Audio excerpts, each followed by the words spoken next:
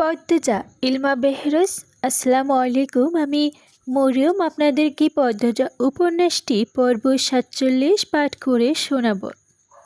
দুপুরের খাবার খেতে হালদার বাড়ি পুরুষেরা একসঙ্গে বসেছে। আলমগীর খলিল আজ উপস্থিত। আমি ২ দিন পর শহরে ফিরবে, তাই চলে এসেছে আলমগীর।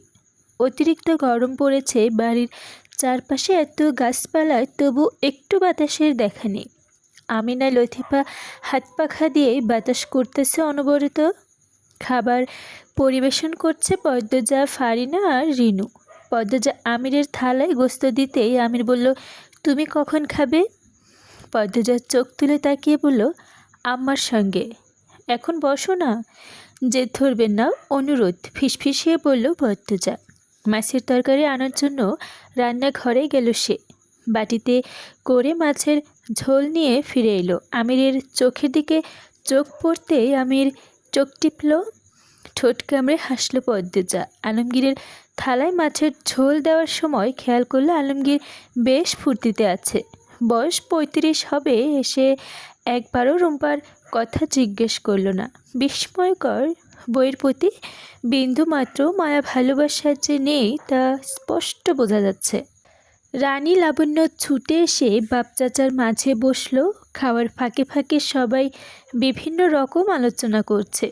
রানীর বিয়ে নিয়ে বেশি কথা হচ্ছে। খুব দ্রুত রানীর বিয়ে দিতে চায় তারা। আচমকা রানী গড়গড় করে বমি করতে আরম্ভ করল। বিরক্তিতে চোখ মুখ ফুসকে ফেলল সবাই।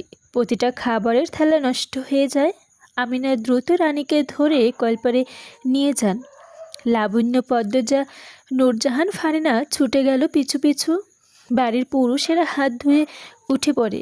মুহূর্তে একটা হইচই লেগে যায়। রানী বমি করতে করতে ক্লান্ত হয়ে বসে পড়ল কলপারেই। আমিনা হাই হুতাশ করে বিলাপ করতেছে, আমার সেরিডার কি হইল? কয়দিন ধইরা খালি বমি করতেছে। জেনের আসর লাগলো নাকি? কয়বার কইছি যখন তখন ঘর থেকে বাইর না হইতে। লাবণ্য তথ্য দিল, আপা রাইতে ছটফট করে, ঘুমাতে পারে না। আমিনা কেঁদে কুল পাচ্ছে না। রানীর চোখ মুখ লাল হয়ে গেছে। তিনি রানীকে প্রশ্ন করলেন, আর কি কষ্ট হয় তোর? ও আম্মা, কবিরাজ ডাকেন, আমার সেরিডার কি হইল? রানী ক্ষীণস্বরে বলল, মাথাটা খালি চক্কর মারে। নূরজাহান চোখ দুটা বড় বড় করে প্রশ্ন করল, এই সেরি, তোর শরীর খারাপ শেষ হয়েছে কবে? 2 মাস হবে। কথাটা বলে রানী চমকে উঠল। সবাই কি ধারণা করছে? সে চোখ তুলে ওপরে তাকালো। সবাই উসখুস হয়ে দাঁড়িয়ে আছে। কেমন করে তাকিয়ে আছে। রানীর শরীর কাঁপতে থাকে। আমিনা মেয়েকে 2 হাতে ছড়িয়ে ধরে বললেন, এমন কিছু হয় নাই আম্মা, আপনি ভুল বুঝতেছেন, আমার সেরি এমন না। হেরা কবিরাজ আইলেই কওয়া যাইব। এই সেরির জন্য যদি এই বাড়ির কোনো অসম্মান হয়, কাইটটা গাঙে ভাসায় দিয়াম, মনে রাখো বউ। নূরজাহানের রাগী স্বর রানীর গলা শুকিয়ে কাঠ। হৃৎপিণ্ড দ্রুত গতিতে চলছে। শরীরের ভারসাম্য হারিয়ে ফেলছে। একসময় মাথা ঘুরিয়ে পড়ে গেল আমিনার কাঁধে। আমিনা চিৎকার করে উঠলেন, ও রানী! রানীর অবস্থা বেগতিক। খলিল হাওলদার দরজা বন্ধ করে এলোপাথারি মেরেছেন। কারো কথা শোনেননি। হৃদয়ন বাড়ির কাছে মানুষদের হুমকি দিয়েছেন, রানী গর্ভবতী এই খবর বাইরে বের হলে সব কটারে খুন করবে। মগা, মদন, লতিফা ও রিনু ভয়ে অধমরা। তারা নিঃশ্বাস নিতেও ভয় পাচ্ছে। কেউ যদি বাইরে এই খবর বের করে, নিশ্চয় সবার তাদেরকে ভুল বুঝবে। রানী মারের চোটে অজ্ঞান হয়ে গেছে। সারা গায়ে মারের দাগ, ঠোঁট থেকে রক্ত ঝরছে। আমিনা রানীকে জড়িয়ে ধরে চিৎকার করে কাঁদছেন। খলিল হাওলদারকে বারবার পাষাণ বাপ বলে আখ্যায়িত করছেন। পদ্মজা পরিষ্কার কাপড় পানি এনে ফারিনার হাতে দিল। ফারিনা রানীর মুখে পানি ছিটিয়ে দেন। রানী কিছুতেই চোখ খুলছে না। লাবণ্য ফুপিয়ে ফুপিয়ে কাঁদছে। রানীর সঙ্গে তার সব সময় ঝগড়া হয় ঠিকই, তবে ভালো তো বাসে। দরজার বাইরে থেকে রানী চিৎকার শুনেছে। রানী চিৎকার করে ডাকছিল, আম্মা, দা ভাই, লাবণ্য, কই তোমরা? আব্বা মায়ের ফেলতাছে, বাঁচাও তোমরা আমারে।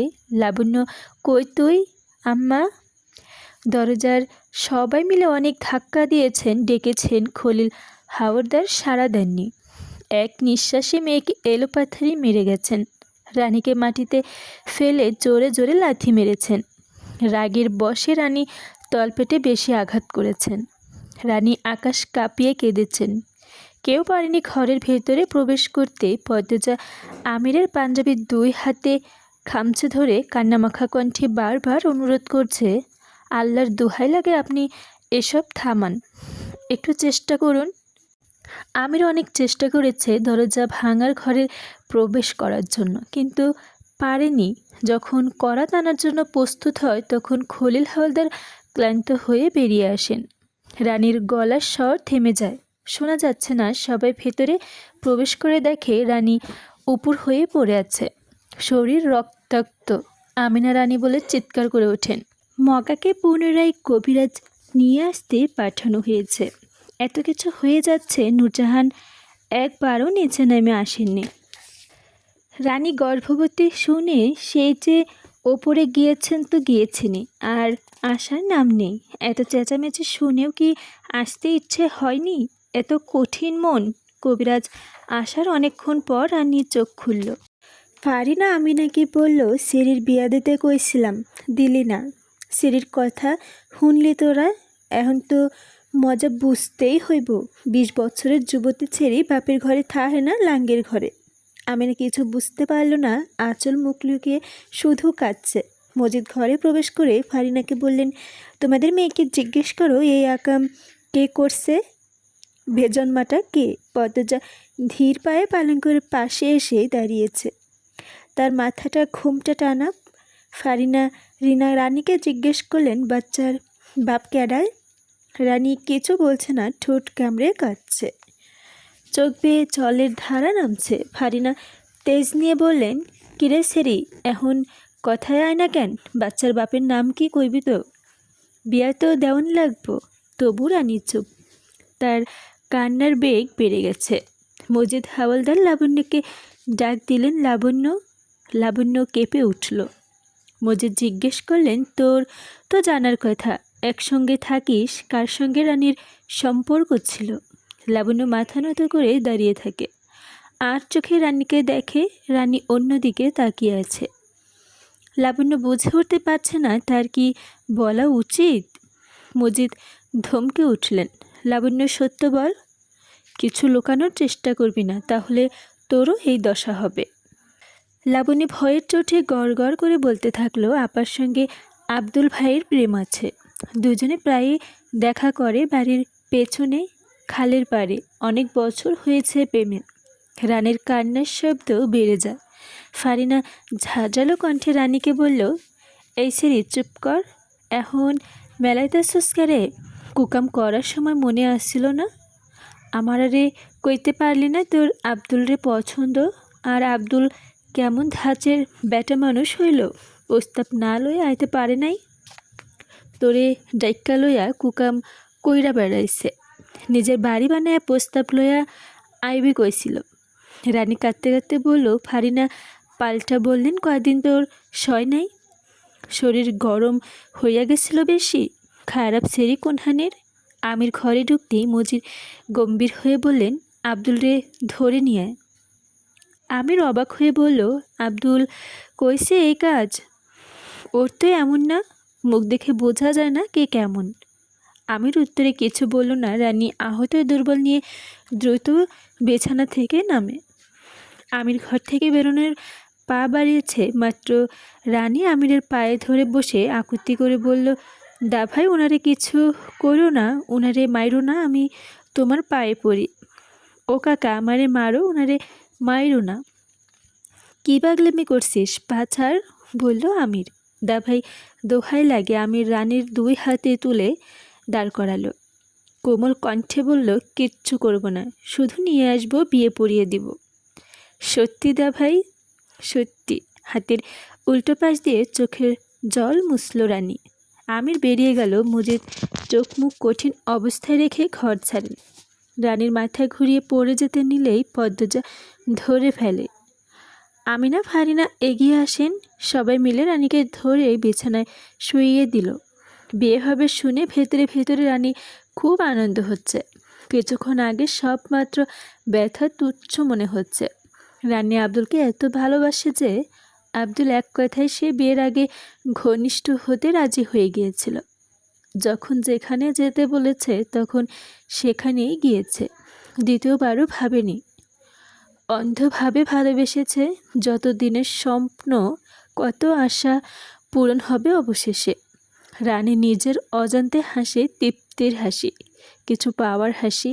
উপস্থিত আর কেউ খেয়াল না করলেও সেই হাসি পদ্মজয় খেয়াল করল। এই হাসি বেশিক্ষণ থাকলো না। বিকেলবেলা আমির দুঃসংবাদ নিয়ে ফিরল। আব্দুল খুন হয়েছে গত রাতে। মাদানী নদীর লাশ পাওয়া গেছে। কাঁপানো চিৎকার দিয়ে লুটিতে পড়ল মাটিতেই। নিভে গেল জীবনের সুখের আলো, নিভে গেল স্বপ্ন পূরণের ইচ্ছের প্রদীপ। পদ্মজা এই খবর শুনে স্তব্ধ হয়ে দাঁড়িয়ে থাকে। প্রতিটি মৃতদেহ নদীতেই কেন পাওয়া যায়? এতে কি প্রমাণ পানির সঙ্গে ধুয়ে যায়? আগের খুনগুলো কি এই আব্দুলের খুন? পদ্মজা চেয়ার টেনে বসলো। মাথা ব্যথা করছে খুব, রগ ধপধপ করে কাঁপছে। চোখ বন্ধ করে ভাবল, এই অলন্দপুরে পাপের সাম্রাজ্য কারা তৈরি করছে। ভাবতে গেলে শরীর কেমন করে। শূন্য হাত নিয়ে ভাবা থেকে বের হয়ে যায়। কুলকিনারা পাওয়া যায় না। সূর্যমামা ঘুম ভাঙতেই তখনও বাকি, তবে পাখির ডাকাডাকি করে সবার ঘুম ভাঙানোর কাজ শুরু করে দিয়েছে। পদ্মজার স্বামীর মুখে ওম থেকে অজু করে এলো। এসে দেখে তার সোহাগী স্বামী এখনো গভীর ঘুমে আছে। তাকে ডেকে তুলে দুজন একসঙ্গে ফজরের নামাজ আদায় করে নিল। নামাজ শেষ করেই ঘুমিয়ে পড়ল আমির। পদ্মজা রান্নাঘরে চলে গেল। ফারিনা বেগম এখনও আসেননি। আজ মেট্রিক পরীক্ষার ফলাফল প্রকাশ পাবে। উত্তেজনায় পদ্মজার ভেতর কাঁপছে। সে পায়চারি করতে করতে লাবণ্যর ঘরের সামনে গিয়ে দাঁড়ালো। দরজা খোলা। পদ্মজা বাইরে থেকে উকি দেয়। রানী মেঝেতে বসে উদাস হয়ে কিছু ভাবছে। সেদিন পর থেকে রাতে ঘুম হয় না। নিজের মতো জগৎ করে নিয়েছে। খাবার রেখে যাওয়া হয়, যখন ইচ্ছে হয় খায়। পদ্মজা দীর্ঘশ্বাস ছেড়ে জায়গা ত্যাগ করল। রানী নিজের ঘরে লাবণ্য ছাড়া অন্য কাউকে দেখলে খুব রেগে যায়। তাই এই ভোরবেলায় তার সামনে না যাওয়াই মঙ্গল। পদ্মজা সদর ঘরে পায়চারি করছে। ফারিনা বেগম তসবি পড়তে পড়তে সদর ঘরে প্রবেশ করলেন। পদ্মজাকে দেখে প্রশ্ন করলেন, উঠটা পড়ছ? চুলায় আগুন ধরাইছ? পদ্মজা অপরাধীর মতো মাথা নত করলেন, না উচ্চারণ করল। ফারিনা এ নিয়ে কথা বাড়ালেন না। মৃদু কণ্ঠে আদেশ করলেন, লাবণ্যেরে গিয়া ডাইক্কা তুল। সেরিডা আজ মানুষ হইল না। ভোরের আলো ফুটতে গেছে। হে এখনো ঘুমায়? পদ্মজা বাধ্য বইয়ের মতো বলল, আচ্ছা আম্মা। পদ্মজা আবার লাবণ্যর ঘরের সামনে গেল। এবার আর বাইরে থেকে উকি দিয়ে চলে যায়নি, ভেতরে ঢুকলো। পদ্মজা আওয়াজ করে দরজা খুলে, তাও রাত্রে রানীর ভাবান্তর হলো না। সে যেভাবে মেঝেতে বসে জানালার বাইরে তাকিয়েছিল সেভাবেই রয়ে গেল। রানীর দিকে দৃষ্টি খেয়াল করে পালঙ্কের পাশে গিয়ে দাঁড়ালো পদ্মজা। লাবণ্যকে ডাকলো, এই লাবণ্য, লাবণ্য। লাবণ্য আড়মোড় ভেঙে পিটপিট করে তাকিয়ে বলল, আজ ফলাফল আর তুই ঘুমাচ্ছিস? পদ্মজার কথা বুঝতে লাবণ্যর অনেক সময় লাগলো। যখন বুঝতে পারল তখন এক লাফিয়ে উঠে বসলো। বুকে হাত রেখে হাঁসফাঁস করতে বলল, কি কি বললে এটা? দেখ কলেজাটা কেমন লাফাইতাছে। কি ভয়ানক কথা মনে করাইয়া দিলে। উফ। পদ্মজা হাসলো, বলল, কলেজা লাফায় না, বুক ধুকপুক করে। ও ওইটাই ওইটাই। আমি ফেল করব, রানী আপার মতো মায়ের খাবো দেখিস। আমার শ্বাস নিতে কষ্ট হইতাছে। লাবণ্য ভয়ে ঘন ঘন নিঃশ্বাস নিচ্ছে। রাতে দুশ্চিন্তা করতে করতে ঘুমিয়েছে। ঘুম ভেঙে গেছেও সেই আতঙ্কে। এই চিন্তায় থেকে ঘুমাতে ঘুমাতে মাঝরাত হয়ে গেছে। লাবণ্যর ছটফটানি দেখে ভয় পেয়ে গেল পদ্মজাও। সান্ত্বনা দিতে গিয়ে বলল, এমন কিচ্ছু হবে না, দেখিস। অকারণে চিন্তা করছিস। সূর্য উঠে যাবে, নামাজ পড় জলদি, আল্লাহর কাছে দোয়া কর। লাবণ্য হুড়মুড়িয়ে বিছানা থেকে নেমে কলপারে ছুটে গেল। এইবার হেসে ফেলল পদ্মজা। রানীর দিকে চোখ পড়তেই মিলিয়ে গেল হাসি। রানী কাঁদছে। পদ্মজা 2 পা রানীর দিকে এগিয়ে আবার পিছিয়ে এলো। শেষমেশ সাহস যুগে এগিয়ে এসে মৃদু কণ্ঠে ডাকল, আপা। চোখ ভর্তি অশ্রু নিয়ে তাকালো রানী।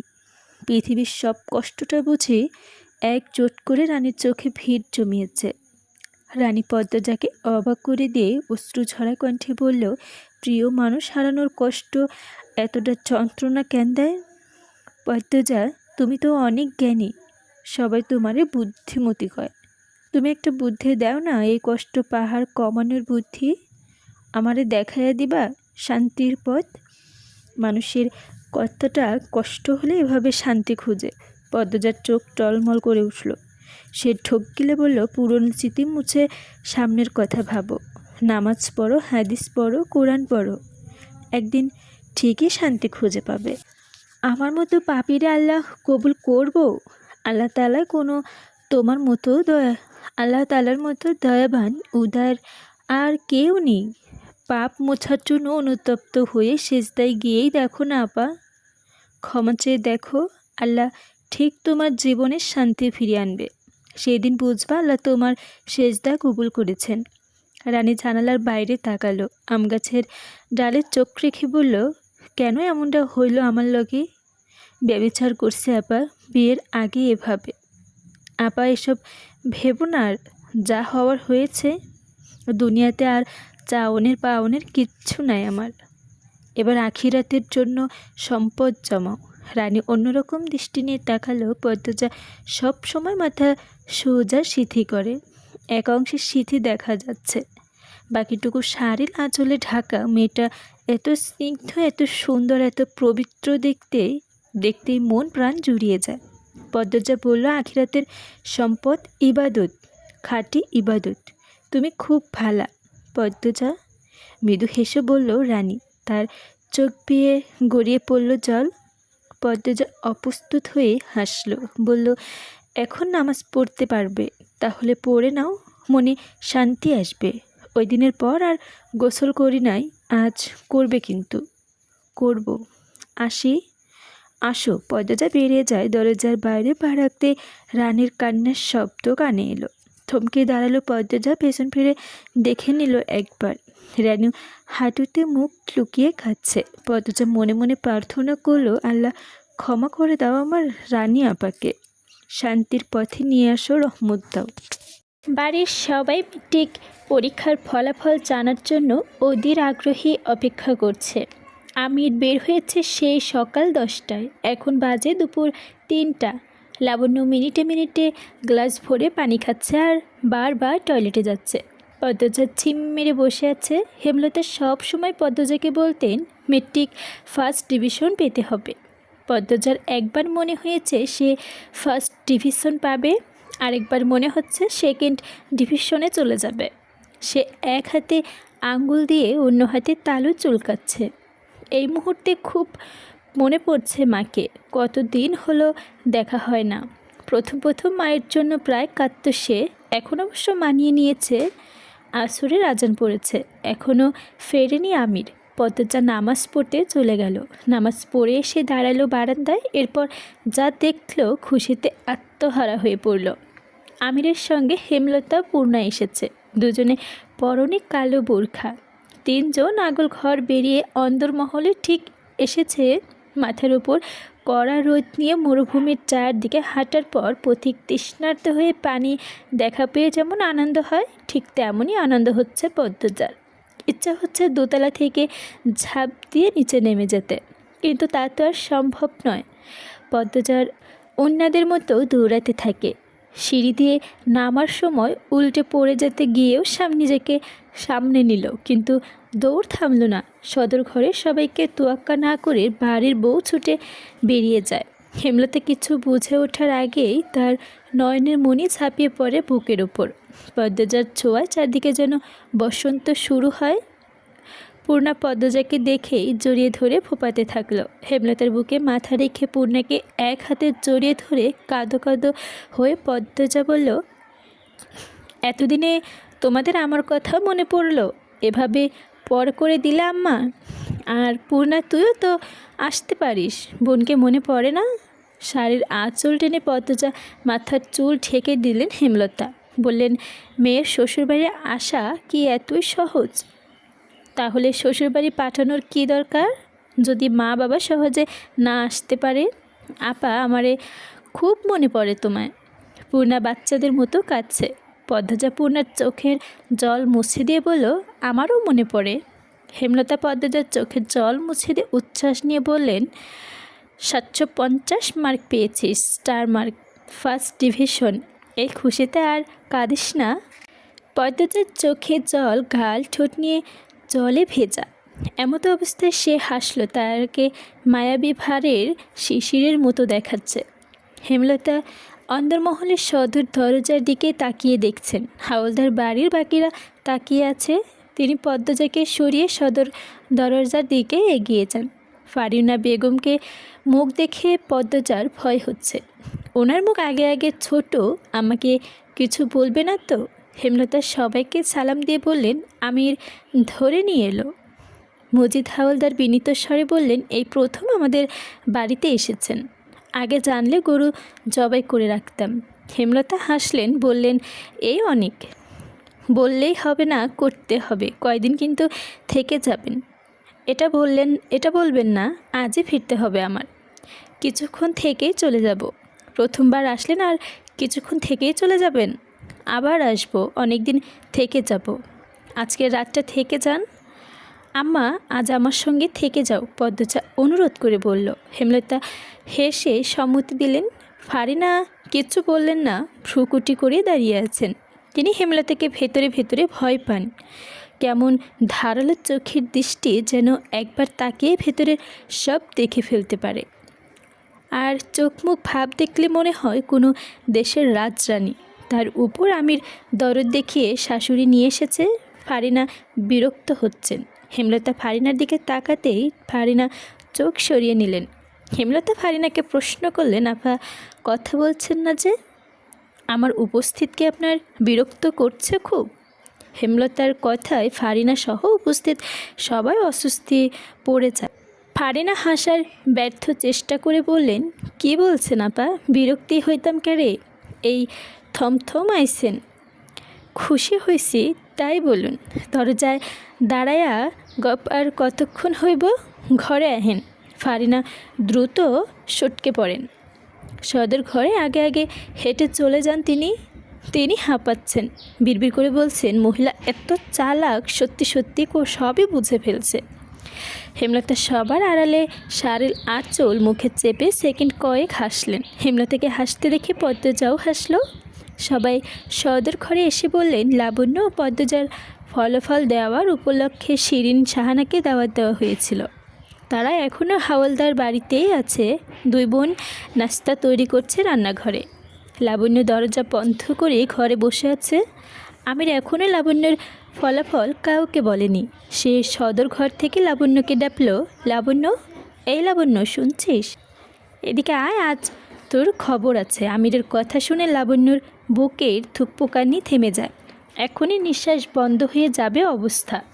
নিশ্চয়ই ফেল করেছে। লাবণ্য চিত হয়ে শুয়ে অপেক্ষা করতে থাকে কখন সে মারা যাবে। আমির আবার ডাকলো, বেরিয়ে আয় বলছি, নয়তো দরজা ভেঙে ঘরে ঢুকবো।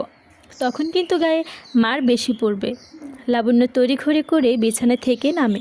গায়ের ওড়না ঠিক করে সদর ঘরে ঢুকতে ঢুকতে নামাজের সব চূড়া পড়তে থাকে। আমির চেয়ার থেকে সেরে দাঁড়ালে লাবণ্য কেঁপে উঠল। কাঁদো কাঁদো হয়ে বলল, আগামী বছর মেট্রিক পাশ করা, আল্লাহর কসম কইরা কইতেছি, এই বছরই তো পাশ করেছিস, তাহলে আগামী বছর আবার মেট্রিক দিবি কেন? লাবণ্য চকিতে তাকালো। তার মুখটা হাঁ হয়ে যায়। লাবণ্যের মুখের ভঙ্গি দেখে সবাই হাসল। লাবণ্য খুশিতে কেঁদে দিল। আমির লাবণ্যকে জড়িয়ে ধরে মাথায় হাত বুলিয়ে বলল, আরেকটুর জন্য ফেল করিসনি। লাবণ্য হাসতে হাসতে কাঁদছে। লাবণ্যর পাগলামি দেখে আমিরও হাসছে। তখন সদর ঘরে প্রবেশ করলো হৃদন হাওলদার। হেমলতা হৃদনের দিকে অনুসন্ধানী দৃষ্টিতে তাকালো। হেমলতার চোখে চোখ পড়তেই হৃদন বিব্রত হয়ে উঠল, সরিয়ে নিল চোখ। একটু পর আছেন আর চোখে দেখেন হেমলতা তখনও তীক্ষ্ণ দৃষ্টি মেলে তাকিয়ে আছেন। হৃদন ঘর ছেড়ে বেরিয়ে গেল। এ যেন সাপুড়ে ও সাপের খেলা। নৈশভোজ শেষ হয়েছে মাত্র। পদ্মজা ও লাবণ্যকে পেয়ে পুলকিতপূর্ণা আনন্দ বয়ে যাচ্ছে মনে। একটু পর পর উচ্চস্বরে হাসছে। হেমলতা একবার ভাবলেন মেয়েকে এত জোরে হাসতে নিষেধ করবেন, পর মুহূর্তেই কী ভেবে আর করলেন না। তিনি নিজেও বাড়িতে বড়দের সঙ্গে প্রফুল্ল চিত্তে কথা বলেছেন। আমির সবার মনোযোগ পাওয়ার জন্য বলল, আমার একটা কথা ছিল। সবাই আমিরের দিকে তাকালো। আমির নির্দ্বিধায় বলল, আমি আগামীকাল ফিরব। হেমলতা বললেন, ঢাকায়?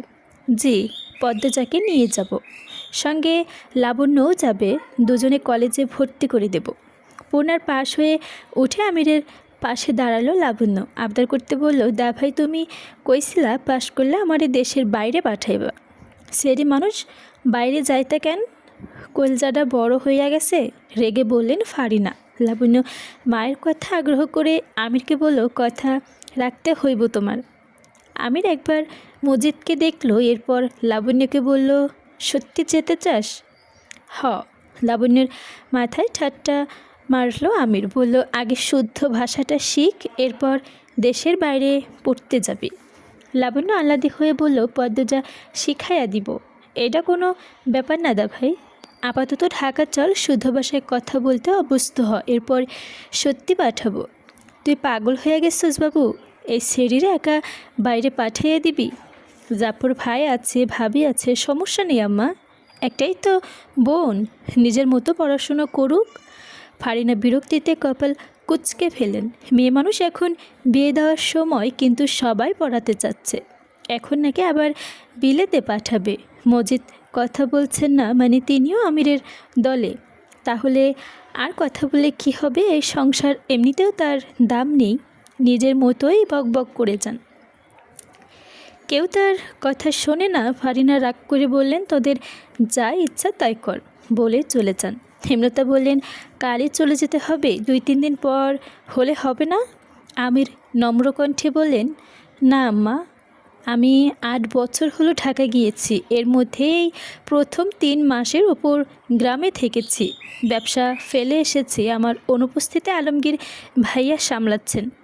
এখন তো ভাইয়াও চলে এসেছে, আর আমার ব্যবসা আমারই সামলানো উচিত।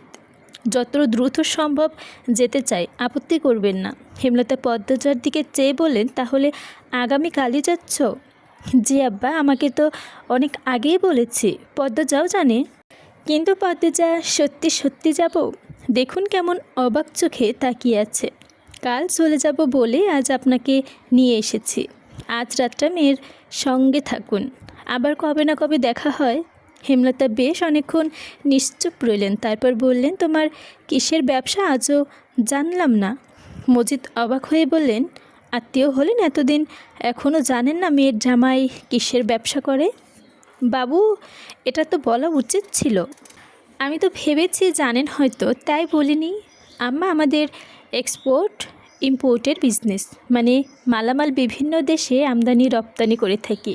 এ কাছে আব্বা হৃদন ভাইয়া চাচা আছে। তাছাড়া উন্নত দেশগুলো থেকে কম দামে পণ্য এনে উন্নত দেশগুলোতে বেশি মূল্য বিক্রি করি। সব পণ্যের গোডাউন রাখা হয়। আমাদের অফিসও আছে। গোডাউন আর অফিসের সব কাজ আমাকে সামলাতে হয়। বলতে পারেন আমারই সব। অনেক বড় ব্যাপার। হাসলেন হেমলতা। তাই জানতেন না আমির এতটা বিত্তশালী। এক্সপোর্ট ইম্পোর্টের বিজনেস কম কথা নয়। এ সম্পর্কে মোটামুটি তিনি জানেন। কলেজ থাকাকালীন অনেক ব্যবসার সম্পর্কেই জেনেছেন। পদ্মজাকে জড়িয়ে ধরে বসে আছে পূর্ণা। পদ্মজা বলল, কথা বলছিস না কেন? কাল চলে যাবা আপা, তাই তো কথা হচ্ছে না। আমার খুব মনে পড়ে তোমাকে। কাঁদছিস কেন? আজব তো, আসবো তো আমি। সে তো অনেক মাস পর।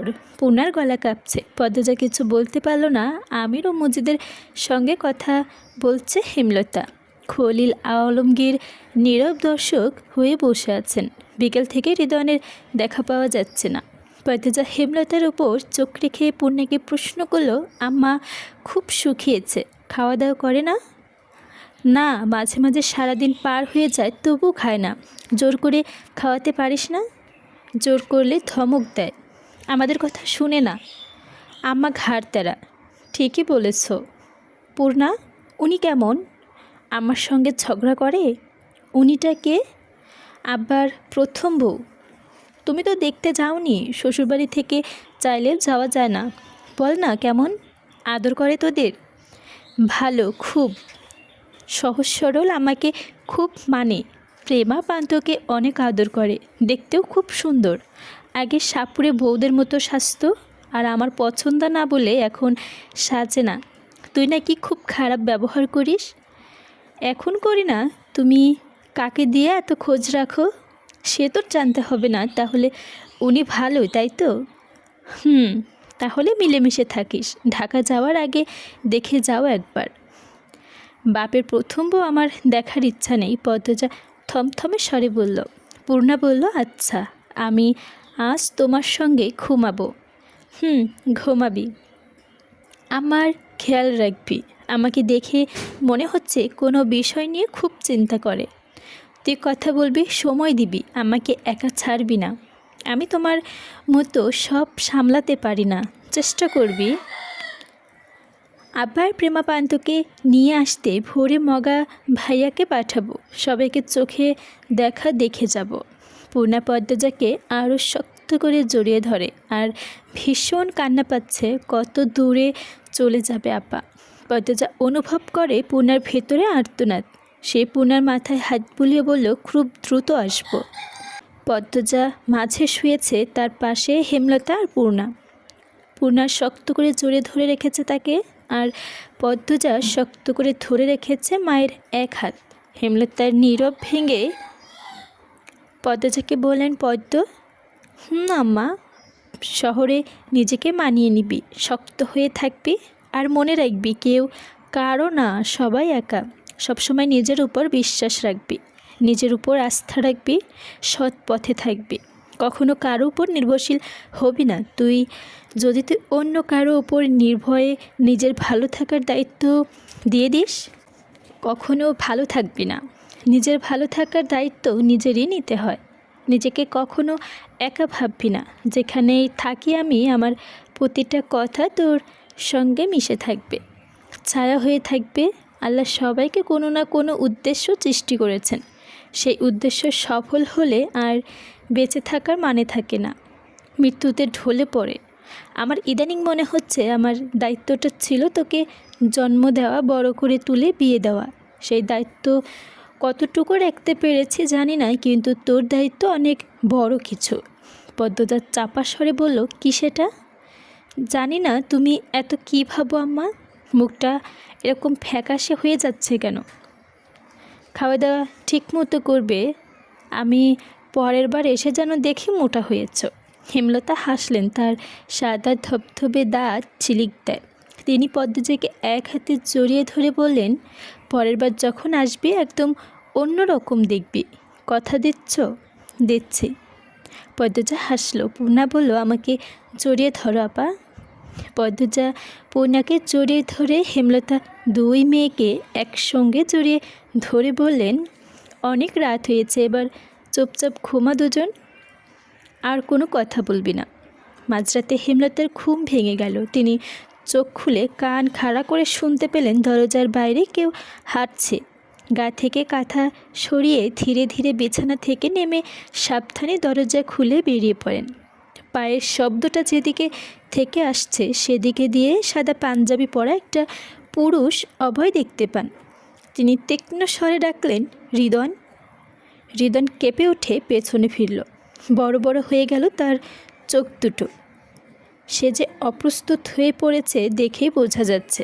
হেমলতা প্রশ্ন করল, এত রাতে এখানে কি করছো? জি, হাঁটছিলাম। এত রাতে?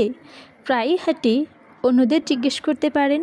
হেমলতা হৃদয়কে পা থেকে মাথা পর্যন্ত পরখ করে নিয়ে বললেন, কোনোভাবে আমাকে খুন করতে এসেছো কি? হৃদন থমথম খেয়ে গেলেন, বলল, না না না, আপনাকে কেন খুন করতে যাব? কি বলছেন? প্রমাণ সরাতে? হেমলতার সহযুক্তি। হৃদন হঠাৎই অন্যরকম স্বরে কথা বলল, সে তো আমি একজন প্রমাণ, সচক্ষে দেখে জ্বলন্ত প্রমাণ। আপনি আমাকে খুন করে প্রমাণ সরাতে পারেন। যেহেতু দুজনেই একই পথের, কাউকে কারো খুন করার প্রয়োজন নেই। আমি এখানে অন্য কাজে এসেছি।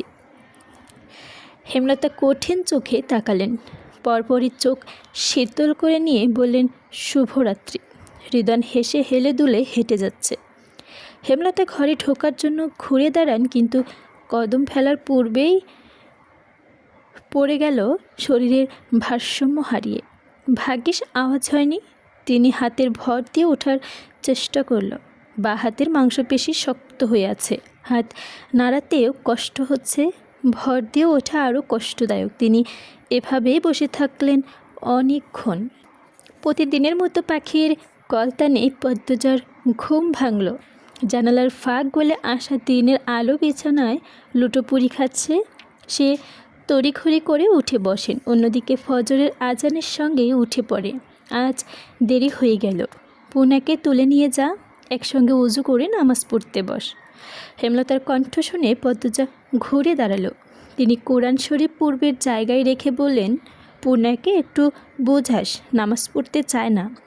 আচ্ছা আম্মা। পদ্মজা পুনাকে ডেকে নিয়ে কলপাড়ে যায়। এরপর দুই বোন একসাথে জায়নামাজে দাঁড়ালো। নামাজ শেষ করে হেমলতা সামনে এসে দাঁড়ালো পদ্মজা। হেমলতা জানালার বাইরে তাকিয়ে আছেন। পদ্মজা হেমলতার চোখের দিকে উৎকণ্ঠ হয়ে বলল, আম্মা, তোমার চোখ এমন লাল হলো কেন? হেমলতা দুই চোখে হাত বুলিয়ে বললেন, রাতে ঘুম হয়নি তাই। পুনরায় পদ্মজা উৎকণ্ঠা, কেন কেন ঘুম হয়নি? কেমন দেখাচ্ছে তোমাকে? বিছানায় পড়াটাই শুধু বাকি। কিছু চুল পদ্মজার মুখের উপর চলে এসেছে। হেমলতা তা কানে গুজে দিয়ে আদর মাখা কণ্ঠে বললেন, আজ আমার মেয়ে চলে যাবে, তাই আমি সারা রাত জেগে আমার আদরের মেয়েকে দেখেছি। হেমলতার কথা শুনে পদ্মজা আবেগী হয়ে ওঠে। হেমলতাকে জড়িয়ে ধরে কান্নামাখা কণ্ঠে বলল, আমার খুব মনে পড়ে তোমাকে। চলো আমরা একসঙ্গে থাকবো। তোমার না ইচ্ছা ছিল আমাকে নিয়ে শহরে থাকার? পাগল হয়ে গেছিস? মেয়ের জামাইয়ের বাড়িতে কেউ গিয়ে থাকে 2-3 দিন হলে যেমন তেমন। হেমলতা শরীরের উষ্ণতা পদ্মজাকে দিচ্ছে। মায়ের উষ্ণতা কি অনুভূতির শান্তি। পদ্মজা কান্না করে দিল। হেমলতা পদ্মজার মুখ তুলে বললেন, সকাল সকাল কেউ কাঁদে? বাড়ির বউ তুই, শাশুড়ি কি করছে আগে দেখ যা। পদ্মজা আরও কাঁদতে থাকলো। কাঁদতে কাঁদতে যতবার চোখের জল মুছে ততবারই আবার ভিজে যায়। বুকটা হাহাকার করছে। মা বাবা বোনদের রেখে কত দূরে চলে যাবে সে। কাঁদতে কাঁদতে বেরিয়ে গেল পদ্মজা। পেছন থেকে শোনা গেল হেমলতার কথা, বাচ্চাদের মতো করছিস কিন্তু। পদ্মজার শাড়ির আঁচল দিয়ে চোখ মুছে নিল। ঢোক গিলে নিজেকে শক্ত করে চলে গেল রান্নার দিকে। পদ্মজা ঘর ছাড়তেই হেমলতা চোখ বেয়ে 2 ফোঁটা জল গড়িয়ে পড়ে, কিন্তু দ্রুত জল মুছে নিলেন। পালঙ্কের দিকে চেয়ে দেখেন পূর্ণা চিত হয়ে ঘুমাচ্ছে। এ বাবা, এ মেয়ে কখন ঘুমালো? হাসি পেল হেমলতার। তিনি কাঁথা দিয়ে পূর্ণাকে ঢেকে দিলেন। পদ্মজা রান্নাঘরে ঢুকতে ফাহিনা মুখ ছমটালেন। আইসো কেন? যাও ঘুমাও গিয়া। কখন এত দেরি হয়ে গেল বুঝিনি, মিনমিন করে বলল পদ্মজা। বুঝবা কেন? মা আইসে তো। হবরির লগে তো আর মায়ের মন মিশতে চায় না। পদ্মজা অবাক হয়ে তাকালো, আবার চোখ সরিয়ে নিচে বলল, আমি তো মিশতেই চাই, আপনি সব সময় রেগে থাকেন। মুখের উপর কথা কইবা না, যাও এখন। পদ্মজা ঘুরে দাঁড়ালো চলে যাওয়ার জন্য। ফারিনা তেলে বেগুনে জ্বলে উঠে বললেন, কইতেই যাইবাগা নাকি? জোর কইরা তো কাম করা উচিত, এই বুদ্ধিটা নাই? পদ্মজা শুদ্ধ হয়ে কতক্ষণ দাঁড়িয়ে থাকে। প্রতিদিন সে কাজ করার জন্য জোরাজুরি করে, কিন্তু ফারিনা করতে দেয় না। এজন্য সে এক কথায় চলে যাচ্ছিল। আর এখন কি বলছে যে ব্যাপারটা হজম করে নিয়ে রান্নাঘরে ঢুকলো। ফারিনা গলার স্বরে পূর্বে অবস্থায় রেখে বলল, হইছে, কাম করতে হইব না। এরপর তোমার মায়েরে কইব দিনরাত কাম করাই তার শরীরে। যাও, বাড়াইয়া যাও। পদ্মজা হতভম্ব হয়ে দাঁড়িয়ে থাকে। লতিফা ঠোঁট চেপে হাসছে। ফারিনা এমন ব্যবহার সঙ্গে যেন অভ্যস্ত। বেশ অনেকক্ষণ পদ্মজা বলল, আম্মা আমি করবোটা কি? পদ্মজা মাথা থেকে ঘোমটা সরে গেছে, মুখটা দেখার মতো হয়েছে। ফারিনা পদ্মজার মুখ দেখে হাসে বললেন, দ্রুত হাসিয়ে লুকিয়ে ফেললেন, এই মেয়েটাকে আমি অনেক আগে ভালোবেসে ফেলেছেন। এত শান্ত, এত নম্র ভদ্র মেয়ে দুটো দেখিনি। হেমলতা হয়, হেমলতাকে হিংসা হয়, হেমলতার গর্ভকে হিংসা হয়। পদ্মজা ঢাকা যাওয়া নিয়ে প্রথম ঘোর আপত্তি ছিল ফারিনার, কিন্তু এখন নেই। ওপর থেকে যাই বলুক না কেন, তিনি মনে মনে চান পদ্মজা পড়তে যাক, অনেক পড়ুক, অনেক বেশি পড়ুক। এই মেয়ের জন্য রান্নাঘরে রাধার জন্য নয়, রানীর আসনে থাকার জন্য। পদ্মজা ফারিনার 2 সেকেন্ডে মৃদু হাসি খেয়াল করেছেন। সে সাহস পেল, রানীর পাশে ঘেঁষে দাঁড়ালো। ফারিনার চোখ মুখ কুচকে প্রশ্ন করলেন, ঘেঁষতাছো কেন? পদ্মজা শিমুল তুলোর ন্যায় নরম স্বরে বললেন, আমার খুব মনে পড়বে আপনাকে, আপনার বকাগুলো, আপনি খুব ভালো। ফারিনার তরকারিতে মশলা দিচ্ছিলেন। পদ্মজার কথা শুনে হাত থমকে যায়। পদ্মজার দিকে তাকালো। পদ্মজা বলল, আমি আপনাকে একবার জড়িয়ে ধরবো আম্মা? ফারিনা কিছু বলতে পারলেন না। এই মেয়েটা এত ভালো কেন? তিনি পদ্মজার চোখের দিকে তাকাতেই অনুভব করলেন কয়েক বছরে লুকানো ক্ষত জ্বলে উঠেছে। ক্ষতটা পদ্মজার সামনে উন্মোচন হতে চাইছে। কোনোভাবে কি যন্ত্রণাদায়ক এই ক্ষত সরাতে পারবে পদ্মজা? ভরসা করা যায়? পদ্মজার মায়া মাখা দুটি চোখ দেখে বুকের এমন তোলপাড় শুরু হলো কেন? 32 বছর আগে সেই কালো রাত্রির কথা মনে পড়ে গেল, যে কালো রাত্রির জন্য আজও এই সংসারের এই বাকিদের তিনি আপন ভাবতে পারে না। প্রতিটি মানুষের সঙ্গে বাজে ব্যবহার করেন। সে যন্ত্রণা কেন বুক খুঁড়ে বেরিয়ে আসতে চাইছে? উত্তরের আশায় না থেকে পদ্মজা জড়িয়ে ধরল ফারিনাকে। ফারিনা মৃদু কেঁপে উঠলেন, নিজেকে ধাস্তত্ব করে নিলেন। পদ্মজার মাথায় হাত বুলিয়ে দিলেন। পদ্মজা ফারিনাকে বুকের মাথায় রাখতেই টের পেল ফারিনার বুক ধুকধুক করছে। হাওলদার বাড়ি থেকে ডানে 2 মিনিট হাঁটার পর ঝাউড়া নামে একটি খালের দেখা পাওয়া যায়। খালের পাড়ে বসে আছে হাওলদার বাড়ির সবাই। ট্রলার নিয়ে মাঝি অপেক্ষা করছে। ট্রলারটি হাওলদার বাড়ির। পদ্মজা পরনে কালো বোরখা। লাবণ্য যাবে না, সকাল থেকে তার ডায়রিয়া শুরু হয়েছে। 3-4 দিন পর আলমগীর ঢাকা নিয়ে যাবে। আজ আমির আর পদ্মজা যাচ্ছে। প্রেমা, পান্ত, মোর্শেদ, বাসন্তী সবাই সকালে এসেছে। সবার সঙ্গে কথা হয়েছে। পূর্ণা হেঁচকি তুলে কাঁদছে। হেমলতা পদ্মজার 2 হাতের মুঠোয় দিয়ে চুমু দিতে বললেন, ঠিক মতো পড়বি, খাবি, স্বামীর খেয়াল রাখবি, কাঁদবি না কিন্তু, একদমই কাঁদবি না। তুমি কাঁদছো কেন আম্মা?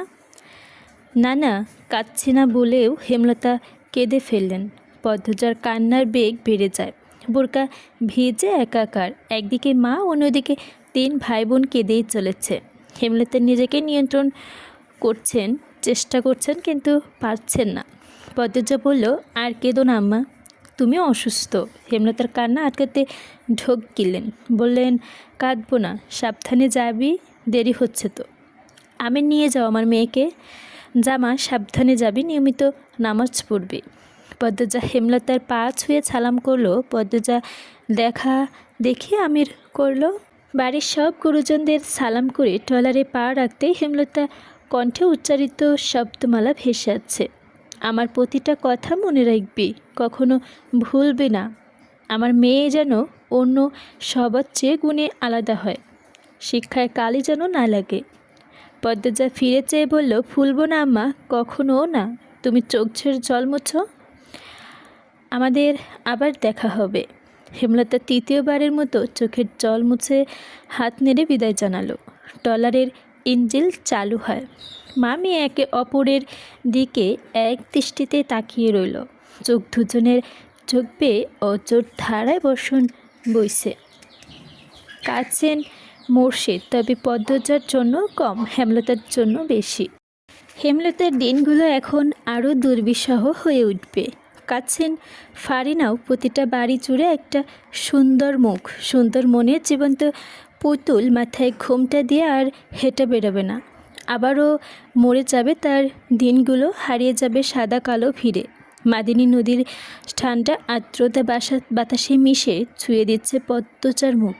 চোখের জল শুকাতে শুকাতে আবার ভিজে যাচ্ছে। আমির পদ্মজার কোমরে এক হাতে জড়িয়ে ধরে বললেন, এবার থামো তো। আমিরের আলতো ছোঁয়ায় পদ্মজা আরও আবেগে হয়ে উঠল। আমির বলল, এত আরও বেড়ে গেছে, থামো না।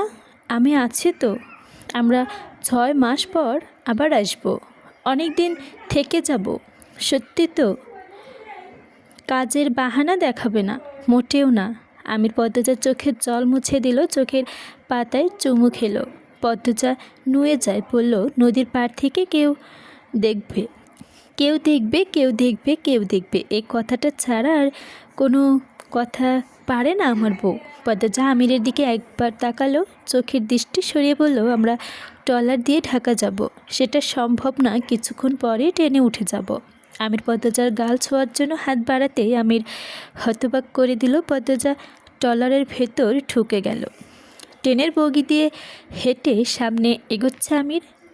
তার এক হাতে লাগেজ, অন্য হাতে পদ্মজার হাত শক্ত করে ধরে রেখেছে, যেন ছেড়ে দিলেই হারিয়ে যাবে। পদ্মজার মুখ নিকাপের আড়ালে ঢেকে রাখা। সে এদিক ওদিক তাকিয়ে আমিরকে প্রশ্ন করলো, খালি সিট রেখে আমরা কোথায় যাচ্ছি? কেবিনে। ততক্ষণ দুজনে ৭৬ নম্বর কেবিনের সামনে চলে এসেছে। আমির দরজা ঠেলে পদ্মজাকে নিয়ে ঢুকলো।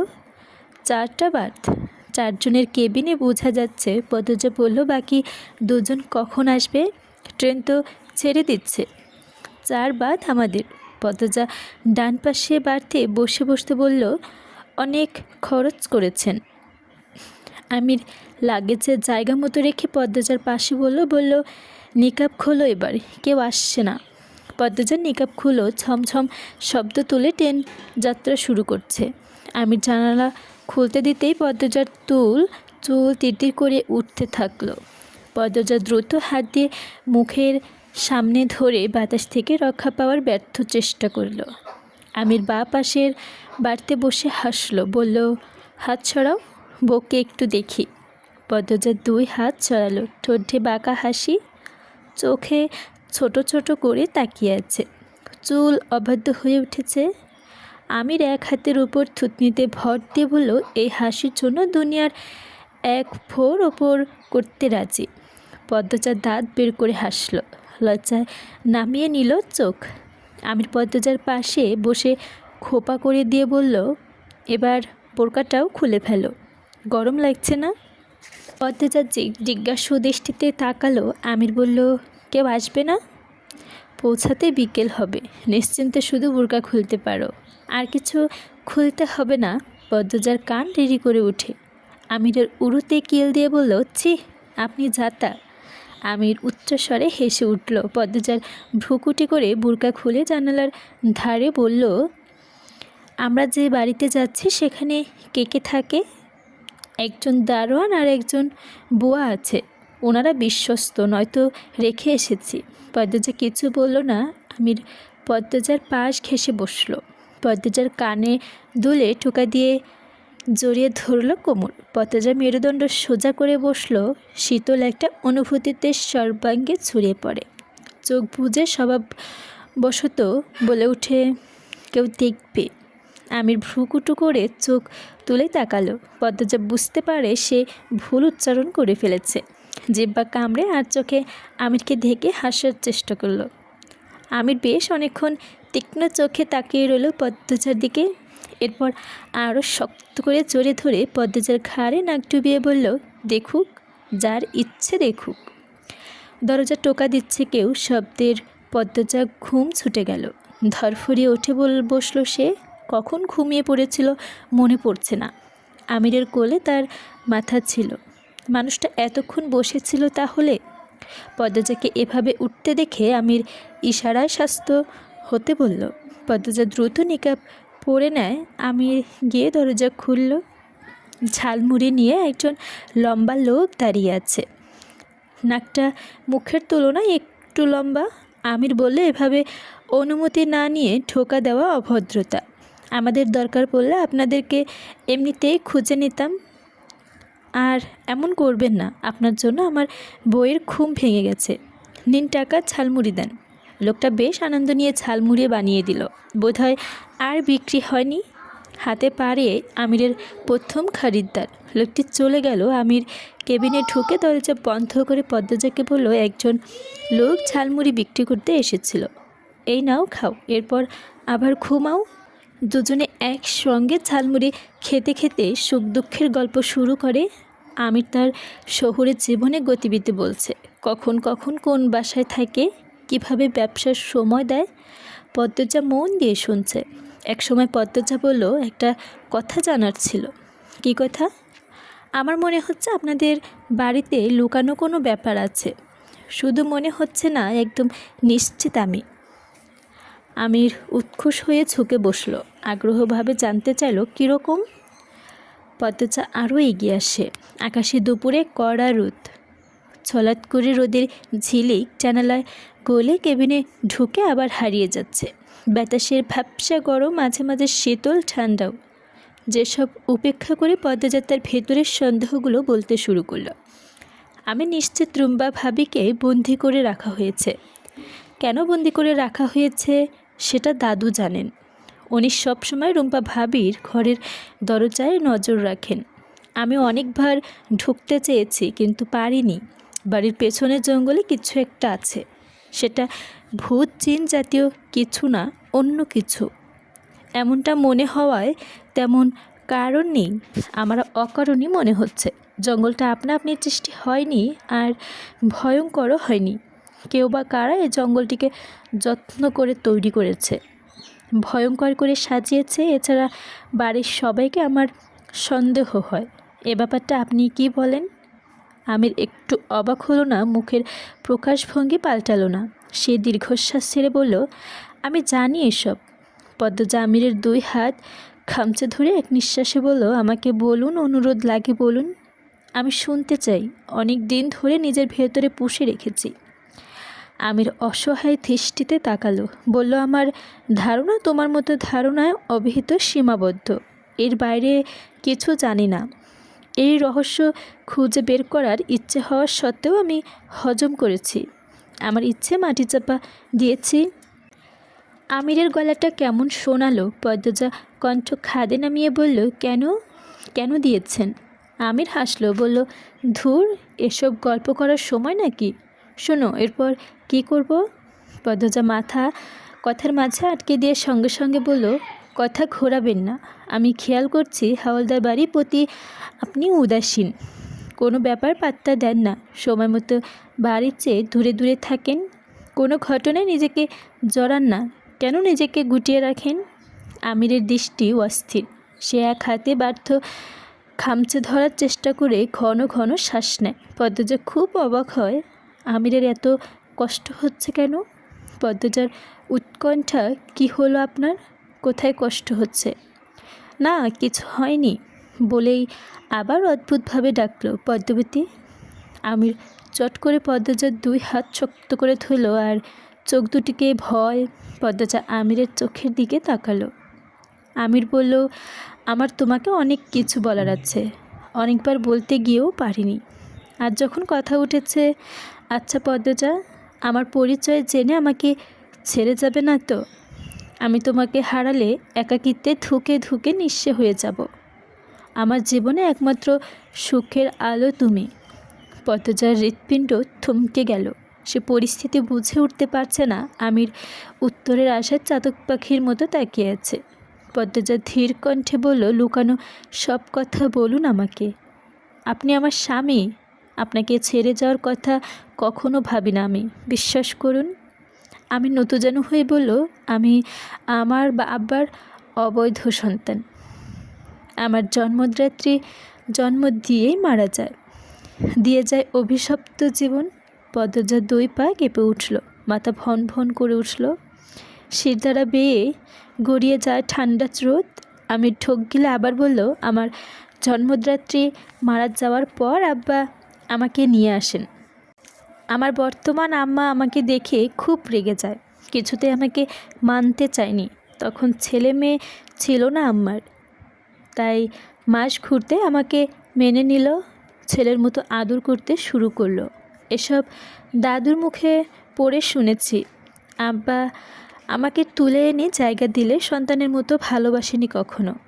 যখন আমার 11 বছর, আমি আর হৃদন একসঙ্গে জানতে পারি আমি আব্বার অবৈধ সন্তান। আব্বা আবার হৃদনকে খুব আদর করতেন। হৃদন ছোট থেকে আমার সঙ্গেই ঝামেলা করতো, ঝগড়া করতো। যখন এমন একটা নোংরা খবর জানতে পারলো তখন আরও হিংস্র হয়ে উঠল। আমি তখন অনেক শুকনো আর রোগা ছিলাম। হৃদনের ছিল স্বাস্থ্যবান তেজি।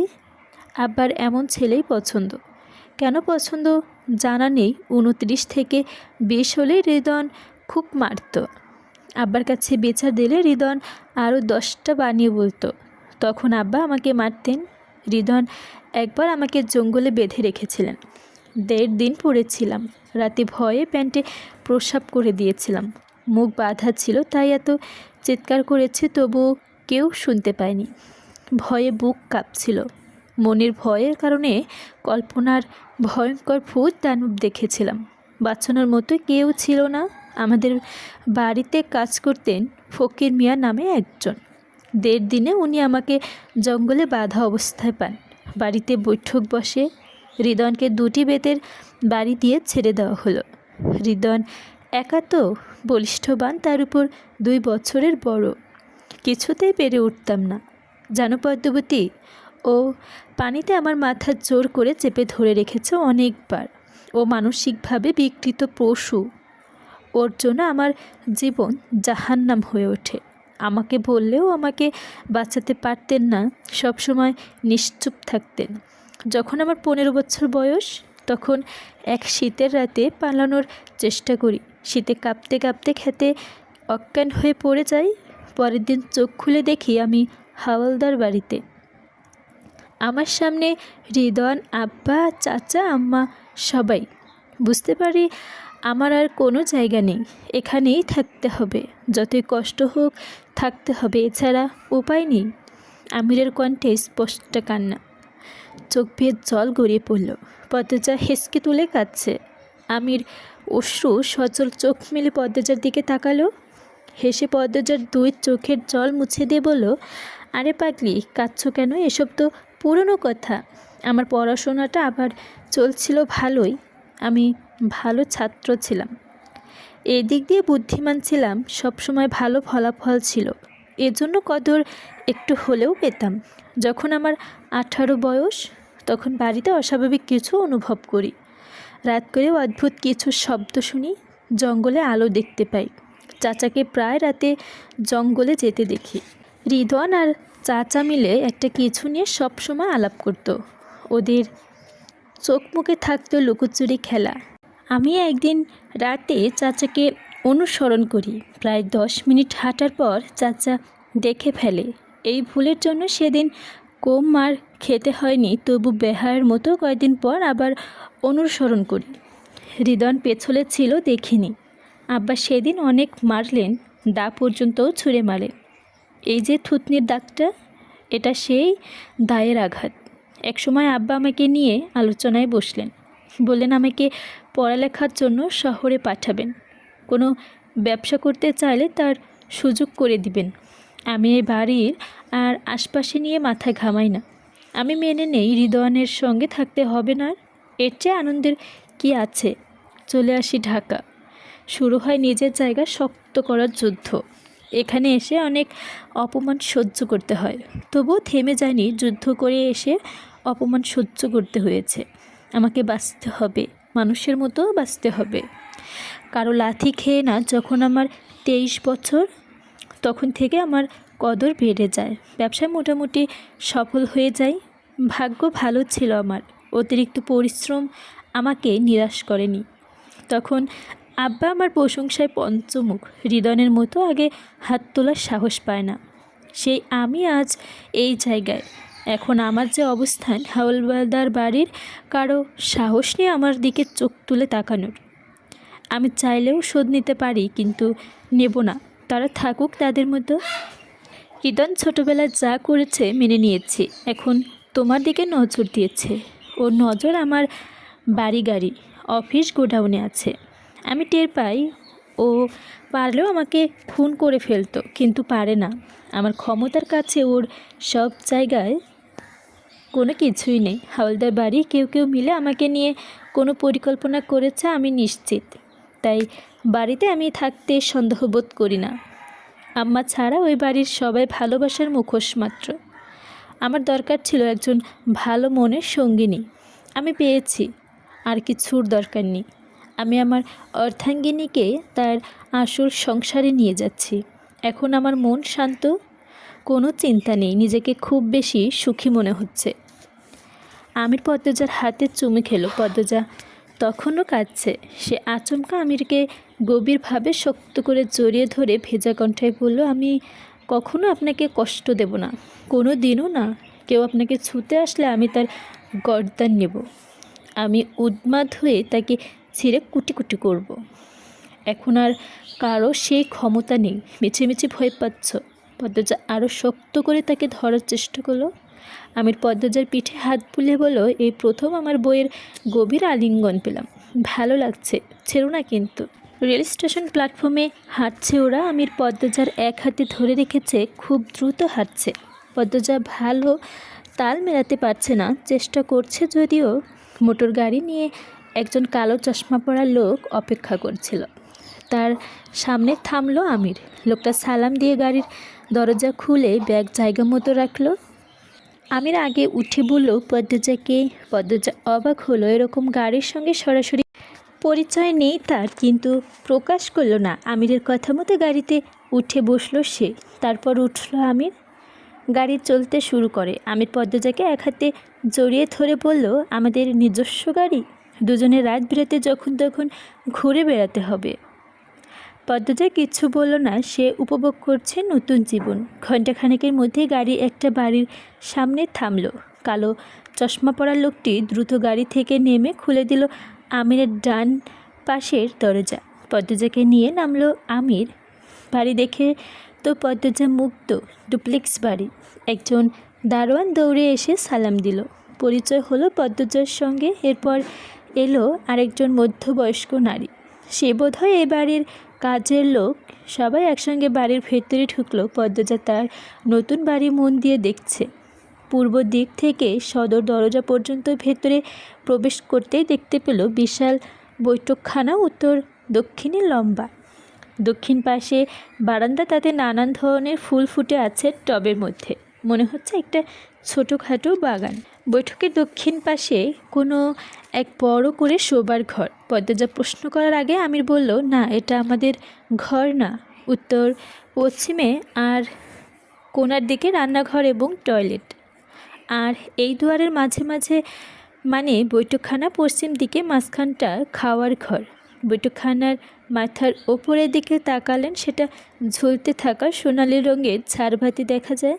বৈঠকখানার উত্তর দিকে একটা সিঁড়ি, সাপের মধ্যে পেঁচিয়ে উপরে উঠতে হয়। আমির পদ্মজাকে নিয়ে সেদিকে এগোলো। সিঁড়ি পেরোনোর পর হাতের বাঁ দিকে অনেক বড় একটা শোয়ার ঘর। দামি দামি জিনিস, সৌন্দর্যে আকাশ ছোঁয়া। দুজন একসঙ্গে শোবার ঘরটিতে প্রবেশ করলো। পদ্মজা চোখ ঘুরিয়ে সব কিছু দেখছে। আমির বলল, গোসল করে নাও। পদ্মজা বোরকা খুলে কলপারে খুঁজতে থাকতো। আমির গোসলখানার দরজা খুলে দিয়ে বলল, এই যে এদিকে। দুজনে একসঙ্গে ফ্রেশ হয়ে ঘর থেকে বের হয়। পদ্মজা দইতলাটায় একটু দেখার জন্য ডান দিকে মোড় নিল। প্রথমে চোখ পড়ল বড় ব্যালকানি, এরপর আরেকটা শোবার ঘর। বেলকানিতে লতা পাতায় ছোট ছোট টব। বিরাট অট্টালিকায় সুখে কেটে গেল 5 মাস।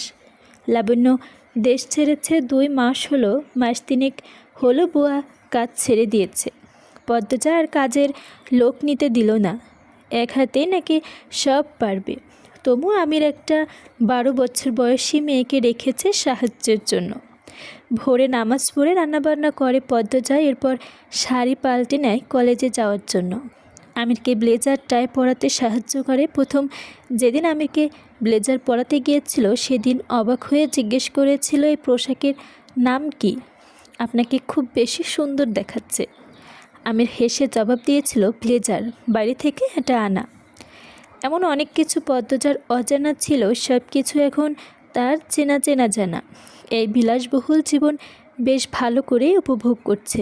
মানুষটা সারা দিন ব্যস্ত থাকে, তবু ফাঁকে ফাঁকে টেলিফোনে যোগাযোগ করে। পদ্মজাকে নিয়ে গোডাউন দেখিয়েছে, অফিস দেখিয়েছে, সব কিছু সাজানো গোছানো। গোডাউনে বিভিন্ন ধরনের পণ্য, কত কত রকমের দ্রব্য। পদ্মজার জীবনে ভালোবাসা এবং অর্থ দুটোই চাওয়ার থেকে বেশি পেয়েছে। সকাল 9টা বাজে।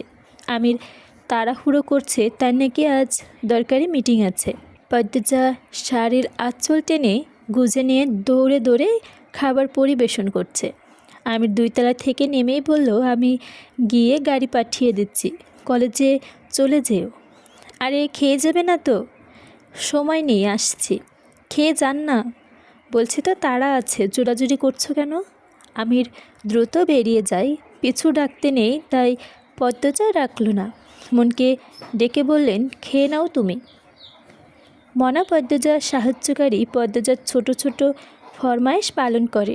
পদ্মজা বৈঠকখানায় গিয়ে বসলো। আজ ভোর থেকে মনটা খারাপ, কারণ সে খারাপ একটা স্বপ্ন দেখেছে। মায়ের কথা খুব মনে পড়ছে। বাইরে বৃষ্টি হচ্ছে, ঝুম বৃষ্টি। অকারণে বিষণ্ণতা ছেয়ে আছে মন। অকারণে না, বোধহয় আমির বিরক্ত হয়ে বলেছে, এই জন্যই বোধহয় মনে আকাশে বৃষ্টি নেমেছে। পদ্মজা পুরোটা দিন উপন্যাস পড়ে কাটিয়ে দিল। সন্ধ্যার আগ মুহূর্তে কলিং বেল বেজে ওঠে। দৌড়ে গিয়ে পদ্মজা খুলে দিল দরজা। আমির দাঁড়িয়ে আছে, বাইরে বাতাস হচ্ছে। পদ্মজা বলল, আসুন। আমির ভেতরে ঢুকলো না, সে ঠায় দাঁড়িয়ে থেকে পদ্মজার দিকে তাকিয়ে আছে। পদ্মজা কপাল কুঁচকালো, বলল, কি হলো, আসুন। আমির চট করে পদ্মজাকে কোলে তুলে নিয়ে নিল।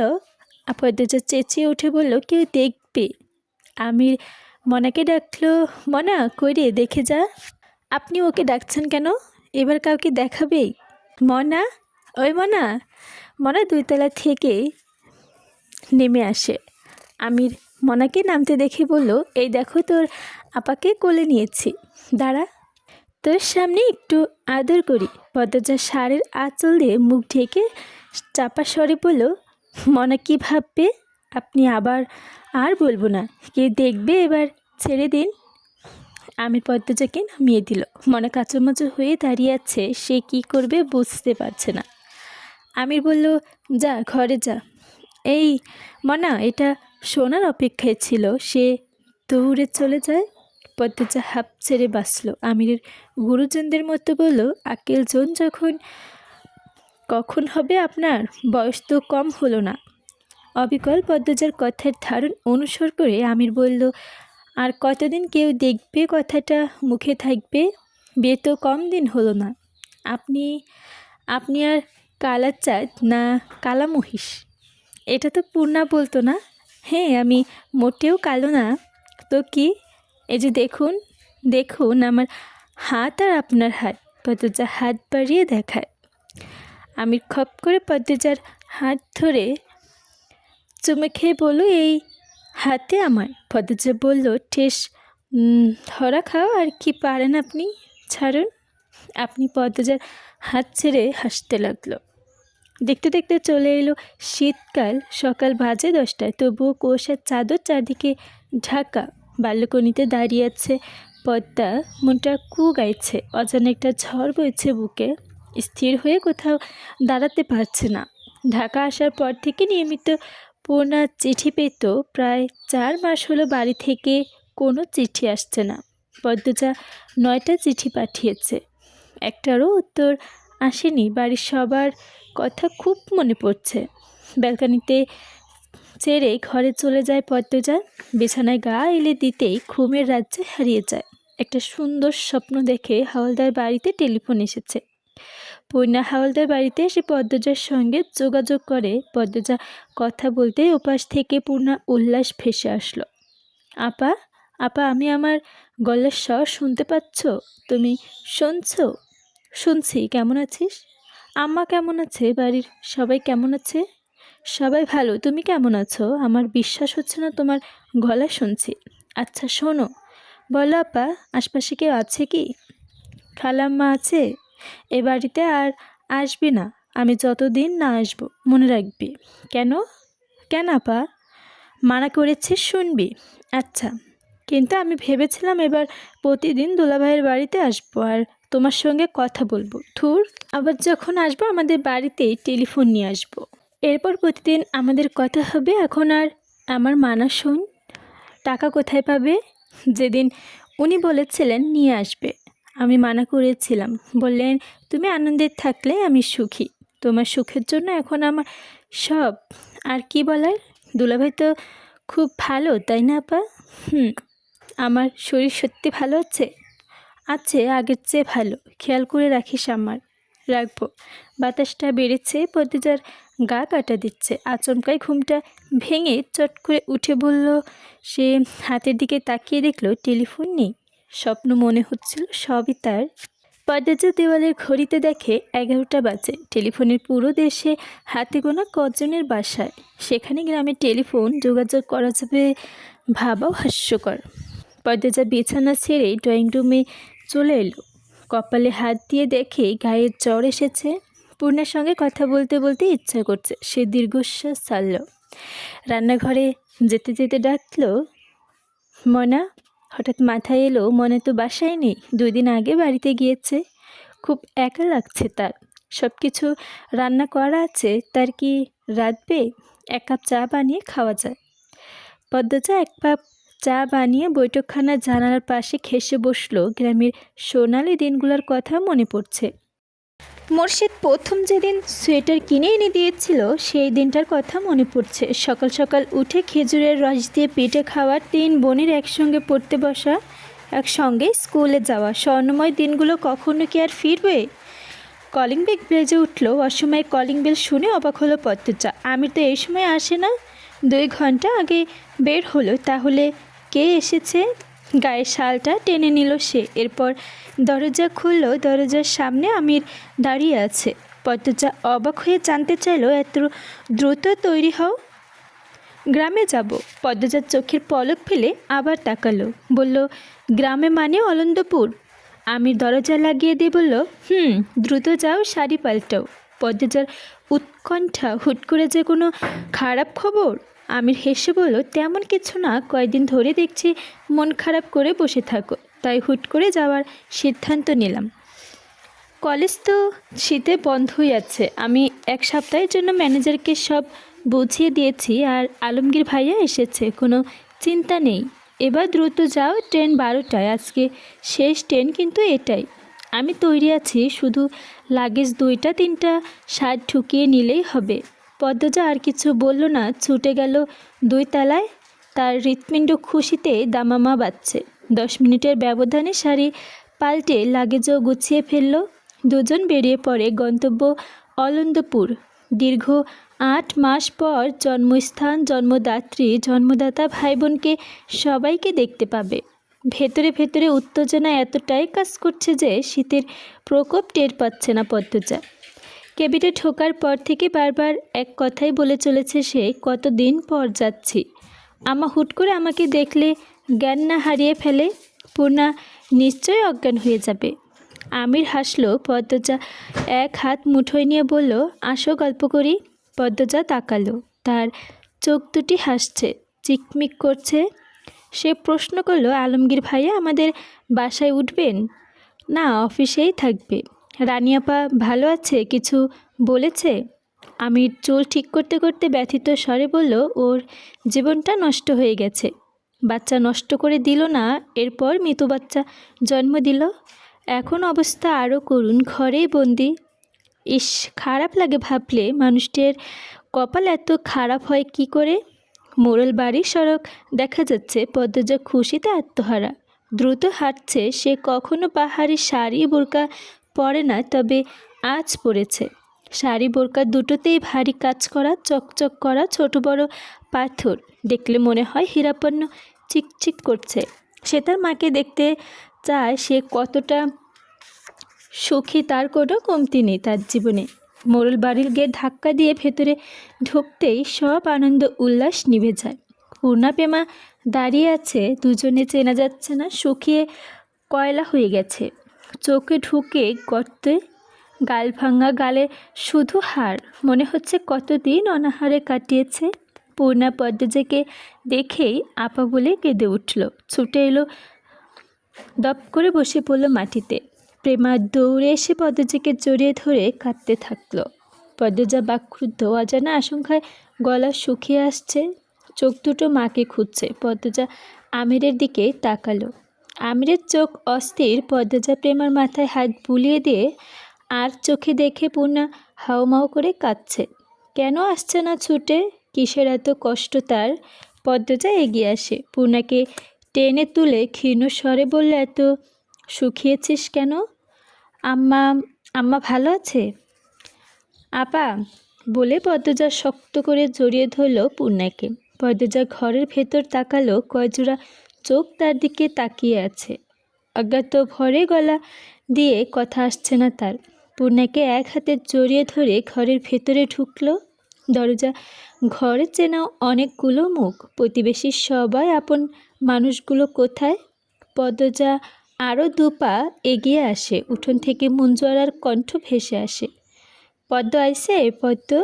সদর ঘরের মধ্যেখানে পাটিতে শুয়ে আছে হেমলতা, গায়ের ওপর কাঁথা, মেরুদণ্ড সোজা করে রাখা, গোলাপ জলের ঘ্রাণ চারপাশে। পদ্মজার বুকের হাড়গুলো যেন গুঁড়ো গুঁড়ো হতে শুরু করলো। বুকের এত ব্যথা হচ্ছে, সহ্য করা যাচ্ছে না। সে হেমলতার পাশে বসে নিস্তরঙ্গ গলায় ডাকলো, আম্মা, ও আম্মা। হেমলতা পিটপিট করে তাকালেন, চোখ দুটি খোলা, কোটরে ঢুকে গেছে, গালে মাংস নেই, ভাঙ্গা। তিনি পদ্মজার দিকে তাকিয়ে আবার চোখ সরিয়ে নিলেন। চিনতে পারলেন না পদ্মজা হেমলতার। তার চোখে জল দেখে জল গড়িয়ে পড়ে হেমলতার হাতে, তাতেও হেমলতার ভ্রুক্ষেপ নেই। তিনি নিজের মতো ঘরে ছাদে তাকিয়ে আছেন। মর্জুয়ারা সদর ঘরে ঢুকেই বিলাপ শুরু করলেন। পদ্মজা জোরে চেঁচিয়ে উঠল, চুপ করো, কেউ কাঁদবে না, চুপ করো। সবার কান্না থেমে যায়। পদ্মজা হেমলতাকে বলল, ও আম্মা কথা বলো, আমি আমি তোমার পদ্মজা, তোমার আদরের পদ্মজা। আমার 4 মাস ধরে কাউকে চেনে না আপা। পদ্মজা ডুকরে কেঁদে উঠল। পদ্মজার চোখ পড়ে সদর ঘরে ঈশান কোণে। মুর্শিদ কপালে হাত দিয়ে বসে আছেন। এই মানুষটাকেও চেনা যাচ্ছে না, পিঠে হাতটি ভেসে আছে। সবার একই হাল। পদ্মজা বাঘহীন হয়ে পড়ে আছে। কিছু বলবে নাকি কাঁদবে, বুকে না জানা নীল যন্ত্রণা হচ্ছে, শরীরের শক্তি কমে আসছে। পদ্মজা 2 হাতে হেমলতার মাথা তুলে ধরল। পদ্মজা 2 হাতে হেমলতার মাথা জড়িয়ে ধরে পদ্মজা। হেমলতা তাকালেন, আকুতি ভরে কণ্ঠে বলল, একবার কথা বলো আম্মা, একবার 2 হাতে জড়িয়ে ধরো। হেমলতা হাত দুটো নেতিয়ে আছে মাটির উপর। পূর্ণা খেয়াল করল হেমলতা হাত দুটি কাঁপছে। চেষ্টা করছেন পদ্মজাকে জড়িয়ে ধরার, কিন্তু পারছেন না। তাহলে কি পদ্মজাকে চিনতে পেরেছেন? পদ্মজা কাঁদতে থাকলো, অনেক অনেক কিছু বলছে, কারো কথা কানে ঢুকছে না। শুধু বুঝতে পারছে এই পৃথিবীর বুক থেকে তার মা হারিয়ে যাচ্ছে। হারিয়ে যাচ্ছেন হেমলতা, হারিয়ে যাচ্ছে তার কল্পনার রাজ্যের রাজরানী। স্বপ্নে তো সব পূরণ হয়নি, এ তো কথা ছিল না। তবে কেন এমন হচ্ছে? পদ্মজার বুক ছিঁড়ে যাচ্ছে, যন্ত্রণায় বিষিয়ে উঠছে সারা শরীর। কাপা ঠোঁটে হেমলতার পুরো মুখে চুমু খেলো সে। ভারী করুণভাবে বলল, ও আম্মা, কোথায় হারালো তোমার তীক্ষ্ণ দৃষ্টি, ঝাঁঝালো কণ্ঠ? কেটে গেল অনেকটা মুহূর্ত। কাছের মানুষের ভিড়, আর কেউ নেই, রানী কারো মুখে। হেমলতা মতো সবাই বাখিন, স্তব্ধ, কেউ খায়নি। বাসন্তী গুপ্ত ব্যথা নিয়ে রেঁধেছেন। প্রেমা পান্ত আমির ছাড়া কেউ খেলো না। পদ্মজাকে অনেক জোরাজুরি করেছে আমির, কিছুতেই খাওয়াতে পারল না। আমিরও আর ঘাটালো না। পদ্মজা জানতে পারল 2 মাস ধরে হেমলতা বিছানায় পড়ে আছেন। মাঝে মাঝে 1-2 কথা বলেন, 4 দিন ধরে তাও বলেন না। গতকাল ভোরে মুখ দিয়ে ফেনা বের হচ্ছে, এমন অবস্থা হয়েছিল যে সবাই ভেবেছিল আত্মাটা বেরিয়েই যাবে। হাওলদার বাড়ি থেকে সবাই দেখতে আসে, তখন জানা যায় আমির ঢাকা যাচ্ছে। মুর্শিদ অনুরোধ করে বললেন পদ্মজা আর আমিরকে খবর দিতে, ওরা যেন দ্রুত চলে আসে। রাতের ট্রেনে সকালে গোডাউন পৌঁছে আমির সব বলে আলমগীর। আমির সব শুনে আর দেরি করেনি, পদ্মজাকে নিয়ে চলে আসে। পথে কান্নাকাটি করবে তাই আগে কিছুই বলেনি। পদ্মজা এসব জেনেও কিছু বলল না। মনে অভিমানের পাহাড় তৈরি হয়েছে। কারো কথা শুনতে ইচ্ছে করছে না। সারাক্ষণ চেষ্টা করছে হেমলতার সঙ্গে কথা বলার। হেমলতা কিছুতেই কথা বলছে না। একটু হয়তো পানি খাচ্ছে, আর বেশি আর কিছুই খাচ্ছে না। গায়ের মাংস বলতে কিচ্ছু নেই, চামড়া ছুলে গেছে। পদ্মজা হেমলতার পুরো শরীর মুছে দিয়ে কাপড় পাল্টে দিল। এরপর ছোয়া অবস্থায় উজু করালো। ঠোঁট ভেঙে কাঁদো আরও একবার আকুতি করলো, একবার কথা বলো আম্মা, একবার ডাকো পদ্মজা বলে। হেমলতা তাকালেন, কিছু বললেন না, তাকিয়েই রইলেন। মাঝরাতে যখন সবাই ঘুমিয়ে পড়েছে তখন পদ্মজা জাগ্রত। ক্লান্ত হয়ে সবার চোখ দুটি লেগে গেলেও তার চোখ দুটি পলক ফুটছে না। তার মনে বলছে কে যেন চারপাশে ঘুরছে তার মাকে নিয়ে যেতে। ঝিঝি পোকার ডাক, শিয়ালের হাঁক হাঁপিয়ে সে যেন কায়ের শব্দ শুনতে পাচ্ছে। অবচেতন মন যেন অনুভব করছে আজরাইলের অনুপস্থিতি। পদ্মজার বুকে ভয় জেঁকে বসে, চোখ ফেটে জল বেরিয়ে আসে। এদিক ওদিক তাকিয়ে কেঁদে অনুরোধ করছে আমার মাকে কষ্ট দিও না। মুখে হাত চেপে কান্না আটকানোর প্রচেষ্টায় বারবার ব্যস্ত হতে থাকলো পদ্মজা। কাঁদতে কাঁদতে কণ্ঠ নিভে এসেছে, ঠান্ডায় শরীর জমে গেছে, চোখটা লেগেছে মাত্র। তখন দপ করে একটা শব্দ ভেসে এলো। চমকে তাকালো পদ্মজা। হেমলতা হাত দিয়ে মাটি থাপড়াচ্ছেন, শরীর কাঁপছে। পদ্মজার নিঃশ্বাস থেমে যাচ্ছে। হেমলতা এক হাত শক্ত করে ধরে কেঁদে উঠে বলল, আম্মা, আমার যেও না আমাকে ছেড়ে। ও আম্মা, আম্মা আমার কষ্ট হচ্ছে। আম্মা, তোমার খুব কষ্ট হচ্ছে? আম্মা পায়ে পড়ে আমাকে ছেড়ে যেও না আম্মা। দ্রুত হেমলতাকে জড়িয়ে ধরে হাউমা করে কাঁদতে থাকি পদ্মজা। বাড়ির সবার ঘুম ভেঙে যায়। অনেকগুলো করুণ কান্নার স্বরে হাহাকার করে ওঠে মুরুল বাড়ি। পদ্মজার কাউকে অনুরোধ করে বলল, নিয়েন না আমার আম্মাকে, কষ্ট দিচ্ছেন কেন এত? আমার আম্মার কষ্ট হচ্ছে। আম্মা, ও আম্মা, আম্মা আমাকে ছেড়ে যেও না। পদ্মজা কাঁদতে কাঁদতে সূরা ইয়াসিন শুরু করলো। হেমলতা শেষবারের মতো উচ্চারণ করলেন, লা ইলাহা ইল্লাল্লাহু মুহাম্মাদুর রাসূলুল্লাহ। শেষ নিঃশ্বাস ত্যাগ করে চোখ বুজে ফেললেন। থেমে গেল শরীরের কাঁপাকাঁপি। দেহটা শুধু পড়ে রইল পরিত্যক্ত বস্ত্রের মতো। পদ্মজা দেহটাকে খামচে ধরে আম্মা বলে চিৎকার করে উঠল। মানুষ ছুটে আসছে আশেপাশের সব বাড়ি থেকে। পূর্ণা কাঁদতে কাঁদতে জ্ঞান হারালো। ফজরের আজান পড়েছে।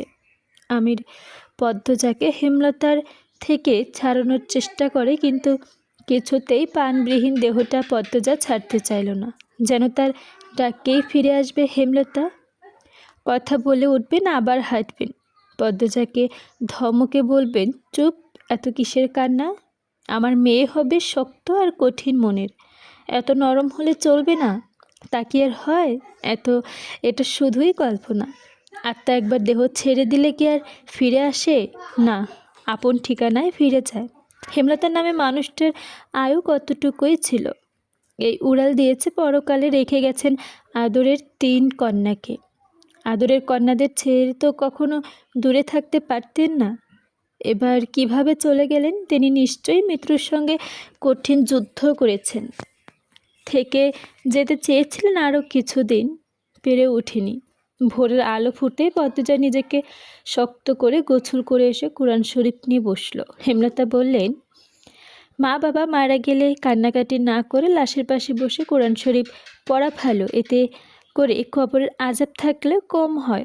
সে প্রতিটা অক্ষর পড়েছে আর কাঁদছে। জীবনের আকাশের 7 রঙা রংধনু নিভে গেছে, আর কখনোই উঠবে না, কোনো দিনও না। মুর্শিদ বারবার পাঞ্জাবি হাতা দিয়ে চোখের জল মুছছেন, কিন্তু আবার ভিজে যাচ্ছে। গোসলের পর হেমলতার মুখটা উজ্জ্বল হয়েছে, ঠোঁটের কোণে লেগেছে হাসি। পদ্মজা হেমলতার মৃতদেহ সামনে এসে দাঁড়ালো। সাদা কাপড়ে মোড়ানো লম্বা দেহটা দেখে হাহাকার করে ওঠে বুক। আকাশের দিকে তাকিয়ে বলল, আমি জানি তোমার রুহু আমার পাশেই আছে। এভাবে কথা না ভাঙলেও পারতে আম্মা। বলেছিলে কখনো কিছু লুকাবে না। বেহেশতে ভালো থেকো আম্মা। আমি পূর্ণা পেমা পান্তেকে দেখে রাখবো। আমি তোমাকে ভীষণ ভালোবাসি আম্মা। হাঁটু ভেঙে খাটিয়ার সামনে বসে পড়ে সে। হেমলতার কানে মুখ দিয়ে ফিসফিসিয়ে বলল, আল্লাহকে বলে খুব দ্রুত আমাকে নিতে এসো। কিন্তু আমির হিমেল সহ আরও 2 জন খাটিয়া কাঁধে তুলে নিল। কালিমা শাহাদত বলতে বলতে সামনে এগুলো তারা। পূর্ণাকে 3 জন মহিলা ধরে রেখেছে। সে হাত পা দিয়ে ঝাঁপিয়ে চেষ্টা করছে ছোটদের মতো। তার ইচ্ছে হচ্ছে মৃতদেহটা রাখতে, আঁকড়ে ধরে রাখতে। পদ্মজা মাটিতে বসে পড়ল। কি একটা বুক ফুটে বেরিয়ে যাচ্ছে। আম্মা আম্মা বলে 2 হাতে খামচে ধরে মাটিতে। মাথা ঠেকিয়ে বিড়বিড় করে বলল, আমার আম্মাকে কষ্ট দিও না মাটি, একটু কষ্টও দিও না। আমার আম্মাকে যত্নে রেখো, হীরের টুকরে তোমার বুকে ঘুমিয়ে যাচ্ছে। কষ্ট দিও না, কষ্ট দিও না। হাড় কাঁপানো শীত কাঁপছে পদ্মজা। সন্ধে থেকে একটু ঠান্ডা পড়েছে। এক কাপড়ে মাটি থেকে মা একা আছে ভেবে পদ্মজা অশান্তি হচ্ছিল। তাই কম্বল নিয়ে রাতে বেলা ছুটে এসেছে মায়ের কবরে। সদ্য হওয়া কবরে কাঁচা মাটির ঘ্রাণ। পদ্মজা কম্বল দিয়ে মায়ের কবর ঢেকে দিল। এরপর 2 হাতে জড়িয়ে ধরে কাঁদতে কাঁদতে বলল, আম্মা মনে আছে তোমার, যখন আমি ছোট আব্বা আমার গায়ে কম্বল নিয়ে এসেছিল, যখন তুমি তোমার শাড়ির আঁচল দিয়ে সারা রাত আমাকে জড়িয়ে ধরে রেখেছিলে? মনে আছে? তোমাকে কেন সেই সুযোগ দিলে না? কেন বললে না তুমি মরণ রোগে আক্রান্ত? আমার জীবনে অভিশপ্ত আক্ষেপ কেন দিয়ে গেলে আম্মা? কেন পেলাম না আমার মাকে সন্তানের মতো আদর করার সুযোগ? কোনো দোষে আমার সঙ্গ তুমি নিলে না। মৃত্যুর আগে নিজের মেয়ের সঙ্গে এত বড় অনাচার করে গেলে আম্মা, বিশ্বাসঘাতকতা করলে। আমি তো তোমাকে অন্ধের মতো বিশ্বাস করতাম, কখনো কোনো বিষয়ে জোর করিনি, জোর করে জানতে চাইনি। আমি বিশ্বাস করতাম তুমি সব বলবে আমায়। তুমি নিজে আমাকে বারবার বলেছ তোমার জীবনে এক বিন্দু অংশও থাকবে না যা আমাকে বলবে না। তবে সেই কথা কেন রাখতে পারলে না? আমার কষ্ট হচ্ছে আম্মা। তুমি অনুভব করছো আমি তোমার বুকে শুয়ে অভিযোগ তুলছি? তুমি আমার সঙ্গে বিশ্বাসঘাতকতা করেছো, আমার কাছ থেকে কেড়ে নিয়েছো 10টা মাস। তুমি পারতে আমাকে বলতে, তুমি পারতে আমাকে বিয়ে না দিয়ে নিজের কাছে রাখতে। তুমি পারতে আমাকে আরও 10 মাস আরও মায়ের সঙ্গ দিতে। আমি এত আক্ষেপ নিয়ে কি করে বাঁচবো আম্মা? কয়েকটা শেয়াল দূরে দাঁড়িয়ে আছে। মাঝরাতে কবরে ঝাঁপিয়ে পড়ে কেউ কাঁদতে পারে এমন হয়তো কখনো দেখেনি তারা। পদ্মজা হেমলতার কবরে হাত বুলিয়ে দিচ্ছে আর অশ্রু বিসর্জন করছে। আত্মহত্যা পাপ না হলে হয়তো এই পথে বেছে নিত সে। মোর্শেদ আমির টস নিয়ে পদ্মজাকে খুঁজতে খুঁজতে কবরে আসে। হেমলতার কবর দেখে মোর্শেদ দুর্বল হয়ে পড়েন পদ্মজার সঙ্গে। তিনিও কাঁদতে থাকেন। আমিরের শব্দ ভাঙারের সান্ত্বনা দেওয়ার মতো ভাষা মজুদ নেই। সে সাহস করতে পারল না কথা বলার। কান্না থামিয়ে পদ্মজা সুরায় ইয়াসিন পড়তে থাকল। সে চায় না তার মায়ের কবরে বিন্দু মাত্র কষ্ট হোক। সন্তানের আমল নাকি পারে মৃত মা বাবার শান্তি কমাতে। যদি কোনো পাপের শাস্তি হেমলতার আমল নামায় থেকে থাকে তা যেন মুছে যায় পদ্মজার কণ্ঠে মধুর স্বরে। ধীরে ধীরে পদ্মজার কণ্ঠ কমে আসে। ঠান্ডায় জমে যায়, পাল্টে যায় চোখের মনির রং। আমি দ্রুত পদ্মজাকে কোলে নিয়ে নিল। মোর্শেদকে বুঝিয়ে শুনিয়ে বাড়িতে নিয়ে আসে। হেমলতা মাটির কবরের পড়ে রইলেন একা। শেয়ালগুলো একসঙ্গে চেঁচিয়ে উঠল, মৃত্যুর সঙ্গে সত্য আর নেই। জন্মালে মৃত্যুর স্বাদ উপভোগ করতেই হবে। হেমলতা ঘরের দরজা বন্ধ করে পদ্মজার পূর্ণা বসে আছে। পুরো বিছানা জুড়ে হেমলতার পরনের কাপড় চোপড়। এসবই শেষ স্মৃতি। পূর্ণা 2টো শাড়ি বুকের সঙ্গে জড়িয়ে ধরে থেমে থেমে কাঁদছে। পদ্মজা মাটিতে বসে আছে। উস্খুস্কো চুল। পূর্ণার কাঁদতে পারছে না, বুকটা ফেটে যাচ্ছে, তবুও শব্দ বের হচ্ছে না। পদ্মজা হেমলতার চুড়ি দুটো হাতে নিয়ে বলল, আম্মা বলে এখন কাকে ডাকবো? পূর্ণা রে, আম্মা কই গেল? পূর্ণা বিছানা থেকে নেমে আসে, পদ্মজাকে জড়িয়ে ধরে ভাঙা স্বরে বলল, আল্লাহ কেন এমন করলো আপা? আমাদের প্রতি একটু দয়া হলো না? এই ঘরটা আর আসবে না আম্মা। আম্মা আসে না কেন? আপা, আমার নিঃশ্বাস নিতেও কষ্ট হয়। আমাকে মেরে ফেলো। কাঁদিস না বোন, আমাদের আবার পরকালে দেখা হবে। এরপর আর মৃত্যু নেই, অনন্তকাল একসঙ্গে থাকবো, ঠিক দেখা হবে। পালঙ্কের উপর একটা পুরনো খাতার পদ্মজা হাত বাড়িয়ে নিল। পূর্ণা এই খাতায় প্রতিটা অক্ষর আগেই পড়েছে, তার সেই দিকে আর ফিরল না। সেই ক্লান্ত দেহ নিয়ে মাটিতে শুয়ে পড়ে। পদ্মজা খাতার পৃষ্ঠা উল্টায়। আমার আদরের পদ্মজা, আর 15 দিন হলো তোর বিয়ে। প্রতিটা রাত আমার নির্ঘুমে কাটে। পুরো বাড়ি জুড়ে তোর স্মৃতিগুলো আমায় বিষে জর্জরিত করে দেয়। মেয়ের বিয়ের জন্মালে বিয়ে করে শ্বশুরবাড়ি যেতেই হবে, তবু মানতে কষ্ট হচ্ছে আমার মেয়ে সারা জীবনের জন্য অন্যের ঘরে চলে গেছে। বলেছিলাম আমার জীবনে বিন্দু মাত্র অংশ তোর অজানায় রাখবো না, সেই কথা রাখতে আমি লিখতে বসেছি। স্বপ্ন ছিল তোকে অনেক পড়াবো, অনেক দিন তোর কাছে রাখবো, কিন্তু মানুষের সব স্বপ্ন কি পূরণ হয়? দীর্ঘ 2 বছর আমার শরীরে বাসা বেঁধেছিল এক রোগ। প্রাথমিক অবস্থায় ছিল, কিন্তু পাত্তা দেয়নি। যখন তোর মেট্রিক পরীক্ষার জন্য আকবর ভাইজানের বাড়িতে গেলাম, তখন একজন ভালো ডক্টরের সঙ্গে আমার দেখা। তিনি আকবর ভাইজানের বন্ধু, দেখা করতে এসেছিলেন। তখন তুই পরীক্ষার কেন্দ্রে ছিলি। ওনার নাম আসাদুজ্জামান, বিলেতে ফেরত ডাক্তার। কথায় কথায় আমার সমস্যাগুলোর কথা ওনাকে বলি। তিনি খালি চোখে আমাকে দেখে কিছু প্রশ্ন করেছিলেন।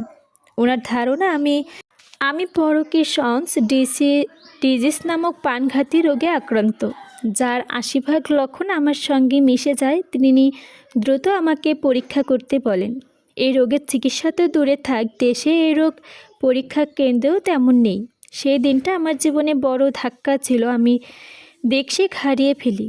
আমি মারা গেলে আমার 3টা মেয়ের কি হবে, কি করে বাঁচবে? ভয়ানক এই রোগ নিয়ে তোর সামনে হাসতে আমার ভীষণ কষ্ট হতো, তবুও হাসতে হতো। মুহিব খুব ভালো ছেলে, তাই তাদের প্রস্তাবে ফিরিয়ে দেয়নি। আমি মারা যাওয়ার আগে তোর ভবিষ্যৎ নিশ্চিত করতে চেয়েছিলাম। বিয়ে ঠিক করে ফেলে আসি গ্রামে। প্রতিটা দিন, প্রতিটা মুহূর্ত অসহনীয় যন্ত্রণা কাটতে থাকে। আসাদুজ্জামান ঢাকা এক হাসপাতালে নাম লিখে দিয়েছিলেন, সেখানে এই রোগ পরীক্ষা করা হয়। শতভাগ নিশ্চিত হওয়ার জন্য পরীক্ষা করানোটা জরুরি হয়ে পড়ে। তার জন্য কেউ একজনকে দরকার পাশে। তোর আব্বাকে সব বলি, সব শুনে তোর আব্বা হাউমাউ করে বাচ্চাদের মতো কেঁদে ফেলেছে। মানুষটাকে এত কাঁদতে কখনো দেখিনি। আল্লাহর উপর ভরসা রেখে চলে যায় ঢাকা। আমি তখন হুঁশে ছিলাম না। মিতু আমার পেছনে ধাওয়া করছিল, তাই মাথায় আসেনি আমি না থাকলে আমার মেয়েদের কোনো ক্ষতি হতে পারে। ঢাকা যাওয়ার পথে আল্লাহর কাছে আকুতি করেছে, যাতে পরীক্ষায় কিছু ধরা না পড়ে, বিয়েটা ভেঙে দিতে পারি, আর আমার আদরের মেয়েদেরকে নিয়ে আরও কয়টা বছর বাঁচতে পারি। কিন্তু আল্লাহ শুনলেন না, তিনি দয়া করলেন না। মা, জানতে পারলাম আমার হাতে সময় কম। এই রোগে নিরাময় নেই, যে কোনো বছরে যে কোনো মুহূর্তে মারা যেতে পারি। এই কথা শোনা আমার পক্ষে সহজ ছিল না। ভেঙে গুড়িয়ে গিয়েছিলাম, কিন্তু তোদের কথা মনে পড়তেই আবার নিজেকে শক্ত করে নিয়েছি। যতদিন বাঁচব শক্ত হয়ে বাঁচব, তোর জীবন গুছিয়ে দিয়ে যাব। আমি পেরেছি। তোর বিয়ে হয়েছে, ভালো ছেলের সঙ্গে হয়েছে, সুখে আছিস, তাই তো শান্তি। আমার ভাবতে কষ্ট হয়, এতদিন তোদের সবাইকে আমি ভুলে যাব। আমি তো তোর কথা ভুলে যাই, তখন নিজের নারী ছেঁড়া সন্তানের মুখ অচেনা হয়ে যাবে। কি নির্মম, তাই না মা? রবিবার তুই ঢাকা চলে গিয়েছিলিস, অনেক দিন হলো। আমার মনে হচ্ছে আমাদের আর দেখা হবে না। আমার শরীরের অবস্থা ভালো না। আজ নাকি প্রান্তকে চিনতে পারিনি। বেশ অনেকক্ষণ ওর চেহারাটা আমার অচেনা লেগেছে। কি অদ্ভুত, ভুলে যেয়ে আবার মনে পড়ে। হাত পা, মাথের মুখের থুতনি চোয়ালের মাঝে মাঝে খুব কাঁপে। ধীরে ধীরে শরীরের ভারসাম্য একদম নষ্ট হয়ে যাচ্ছে। লাহারি ঘরে গিয়েছিলাম, হুট করে চৌকির উপর পড়ে গিয়েছি। পূর্ণা, সে কি কান্না! মেয়েটা খুব কাঁদতে পারে। একদমই হাঁটতে ইচ্ছে করে না, শক্তি লুকায় না। তোর কথা খুব মনে পড়ে। মনের স্বাদ ছিল বৃদ্ধ হয়ে তোর শরীরের ভর দিয়ে হাঁটবো। পেটের চামড়ার ফোসকার মতো কী যেন হয়েছে, চুলকায়, ব্যথা করে। রাতে ঘুম হয় না যন্ত্রণায়। তোর আব্বা আমাকে অশান্তি দেখে ঘুমাতে পারে না। বাসন্তী আপা সব জানে, মানুষটা অনেক ভালো। ভুল করে তো সবাই করে। এমন কেউ আছে যে জীবনে ভুল করেনি? বাসন্তী আপার রান্না নাকি অনেক মজা হয়, খুব ভালো ঘ্রাণ হয়। প্রান্ত পেমা সারাক্ষণই বলে, কিন্তু আমি সেই ঘ্রাণ পাই না। ঘ্রাণ শক্তিটাও লুপ্ত হয়ে গেছে। কয়দিন ধরে টয়লেট হচ্ছে না, খাবার গিলতে পারি না। কোনো পাপে এমন করুণ দশা হলো আমায়, বোধহয় আর শক্তি পাবো না। সব কিছু ভুলে আর কতক্ষণ, সব লক্ষণ জেঁকে বসেছে শরীরে। বাকি দুনিয়াটা শুধু ভুলে যাওয়া। আর সারা রাত জেগে আরও কিছু কথা লিখতে চাই। সেদিন আমি জলিল আর মঞ্জুর ছেলেকে খুন করেছি। সৈদার আগেই খুন হয়ে গিয়েছিল। আটপাড়ায় বড় বিলের হাওরের টিনের ঘরে ওরা তিনজন সব সময় জুয়া খেলে, গাঁজা খায়। সেদিন গাঁজা খেয়ে পড়েছিল। গিয়ে দেখি সাইদের লাশ এক কোণে পড়ে আছে। দা হাতে দাঁড়িয়ে আছে তোর দেবর রিদওয়ান। ও আমাকে দেখে পালিয়ে যায়। একরকম দৃশ্য দেখে অপ্রস্তুত হয়ে পড়ি, তবু থেমে থাকিনি। ঘুমন্ত জলিল আর মঞ্জুয়ারার ছেলেকে বেঁধে খুনের বর্ণনা লিখতে ইচ্ছে করছে না। শুধু এইটুকুই বলবো, আমি যখন জলিল আর মঞ্জুর ছেলেকে কোপাচ্ছিলাম তখন রিদওয়ান ঘরের পাশে লুকিয়েছিল। সে সব দেখেছে। আমি বের হতে সে উল্টো দিকে হাঁটা শুরু করে। আজও জানতে পারিনি সে কেন সৈয়দকে খুন করেছে। তুই ঢাকা চলে গিয়েছিস ভেবে শান্তি লাগছে। রিদওয়ান খুব ভয়ঙ্কর মানুষ, তার খুন করার হাত পাকা। এটা তার প্রথম খুন নয়, সাবধানে থাকবি। আমিরকে সাবধানে রাখবি। তোর শাশুড়িকে বহুবার লুকিয়ে কাঁদতে দেখেছি, ওনাকে আপন করে রাখবি। আর লেখা যাচ্ছে না, হাত কাঁপছে, কেমন ঝাপসা হয়ে আসছে চারদিক। এই খাতাটা প্রান্তের, লুকিয়ে নিয়ে এসেছি। আমার সব শাড়ির সঙ্গে ট্যাঙ্কের ভেতনে যত্নে রাখবো। আমার অনুপস্থিতিতে যখন পড়বি কাঁদবি না একদম, জীবনে বড় হবি। আমি না থাকলে মৃত্যুর কামনা করবি না, এটা এক ধরনের পাপ। আল্লাহর যখন ইচ্ছে হবে তখনই সবাইকে মৃত্যুর স্বাদ গ্রহণ করতে হবে।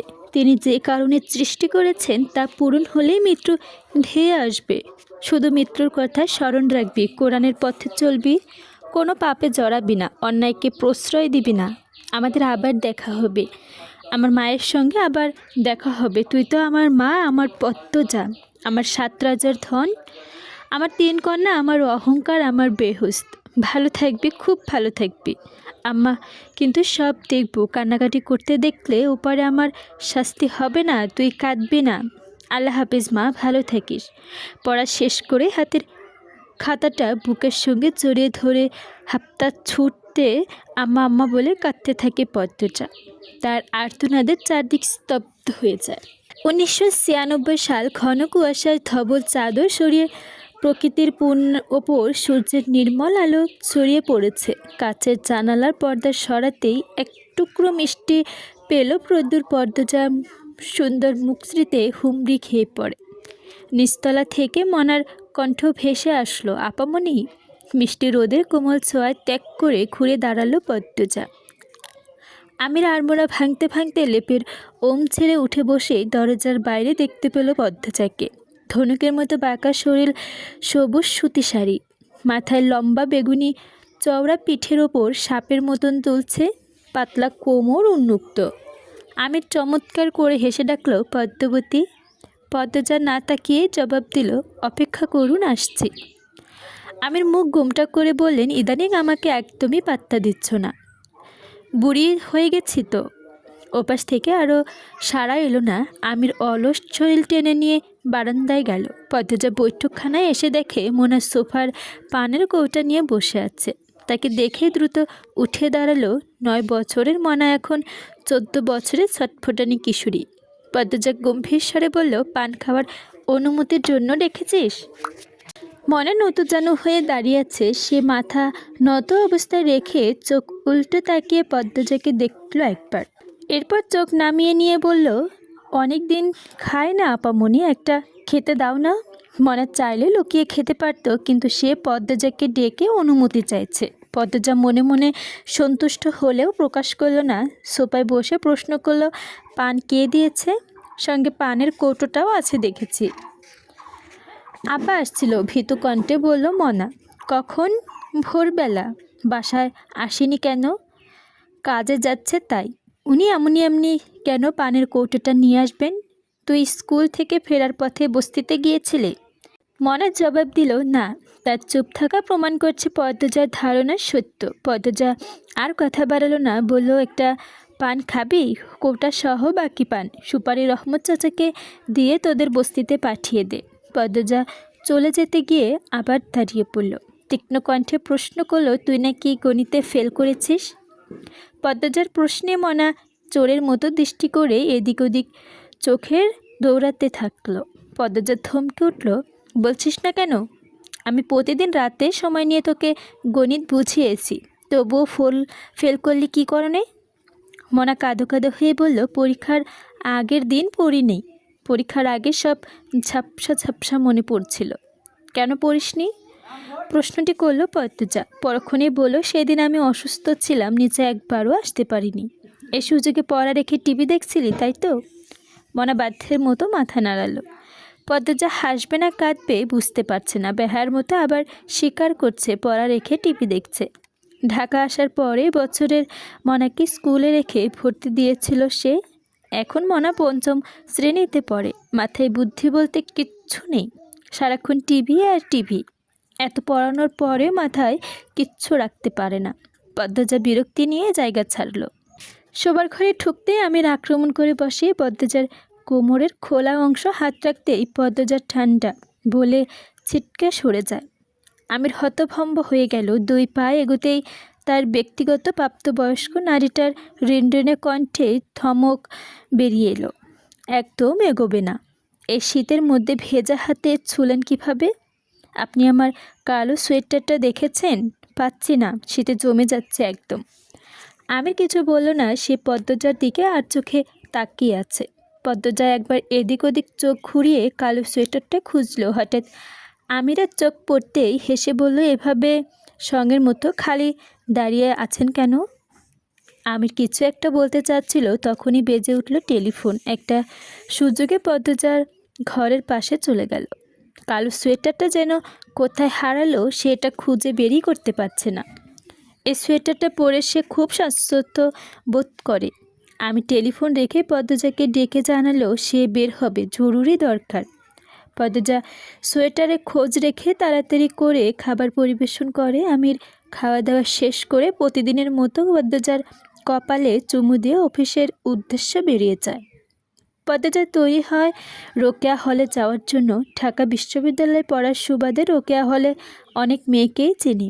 আজ মনার স্কুল নেই, সে একাই বাসায় থাকবে। এর ছোট বোনের সঙ্গে দেখা করার জন্য যেতে হবে।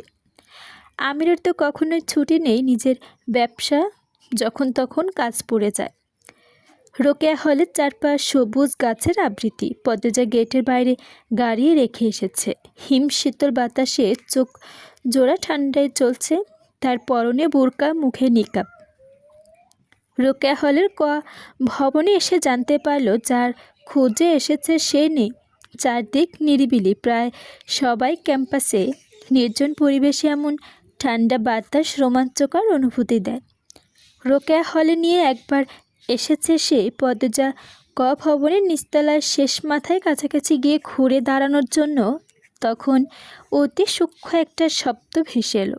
পদ্মজা থমকে দাঁড়ালো, 2 পা পিছিয়ে চোখ বুজে শোনার চেষ্টা করলো। কিসের শব্দ? আওয়াজ তীব্র হয়েছে, কাছের কোথাও ধস্তাধস্তি হচ্ছে। পদ্মজার মস্তিষ্ক সচল হয়ে ওঠে। অনুসন্ধানী দৃষ্টি নিয়ে ফিরে তাকালো। একটা মেয়ের চাপা কান্নার শব্দ। কর্ণ কুহুরে পৌঁছাতে পদ্মজা দ্রুতগামী ঘোড়ার মধ্যে ছুটে এসে শেষ কক্ষের দরজার সামনে পৌঁছাতেই দেখতে পেল অর্জুন এবং রাজু একটা মেয়েকে টেনে হিঁচড়ে কক্ষ থেকে বের করতে চাইছে। ক্যাম্পাসের ছাত্র সংঘর্ষণের নেতা এরা 6 মাস হলো ছাত্র সংগঠনের নেতৃত্বে এসেছে, আর এখনই ক্ষমতা অপব্যবহার শুরু করেছে। পদ্মজার উপস্থিত টের পেয়ে অর্জুন রাজু ঘুরে তাকালো। মেয়েটার ভয়ে কাঁপছে। পদ্মজাকে দেখে মেয়েটা ছুটে আসতে চাইলে অর্জুন ধরে ফেলে। পদ্মজা বেশ শান্তভাবেই বলল, ক্ষমতার অপব্যবহার করতে নেই, ছেড়ে দাও মেয়েটাকে। পদ্মজার কণ্ঠ মেয়েটি চিনতে পেরে অস্ফুটভাবে ডাকলো, পদ্ম আপা। এরপর বলল, পদ্ম আপা, আমি মিঠি। ওরা আমাকে জোর করে তুলে নিয়ে যেতে চাচ্ছে, আমাকে বাঁচাও। পদ্মজা ভালো করে খেয়াল করে চিনতে পারল মিঠিকে।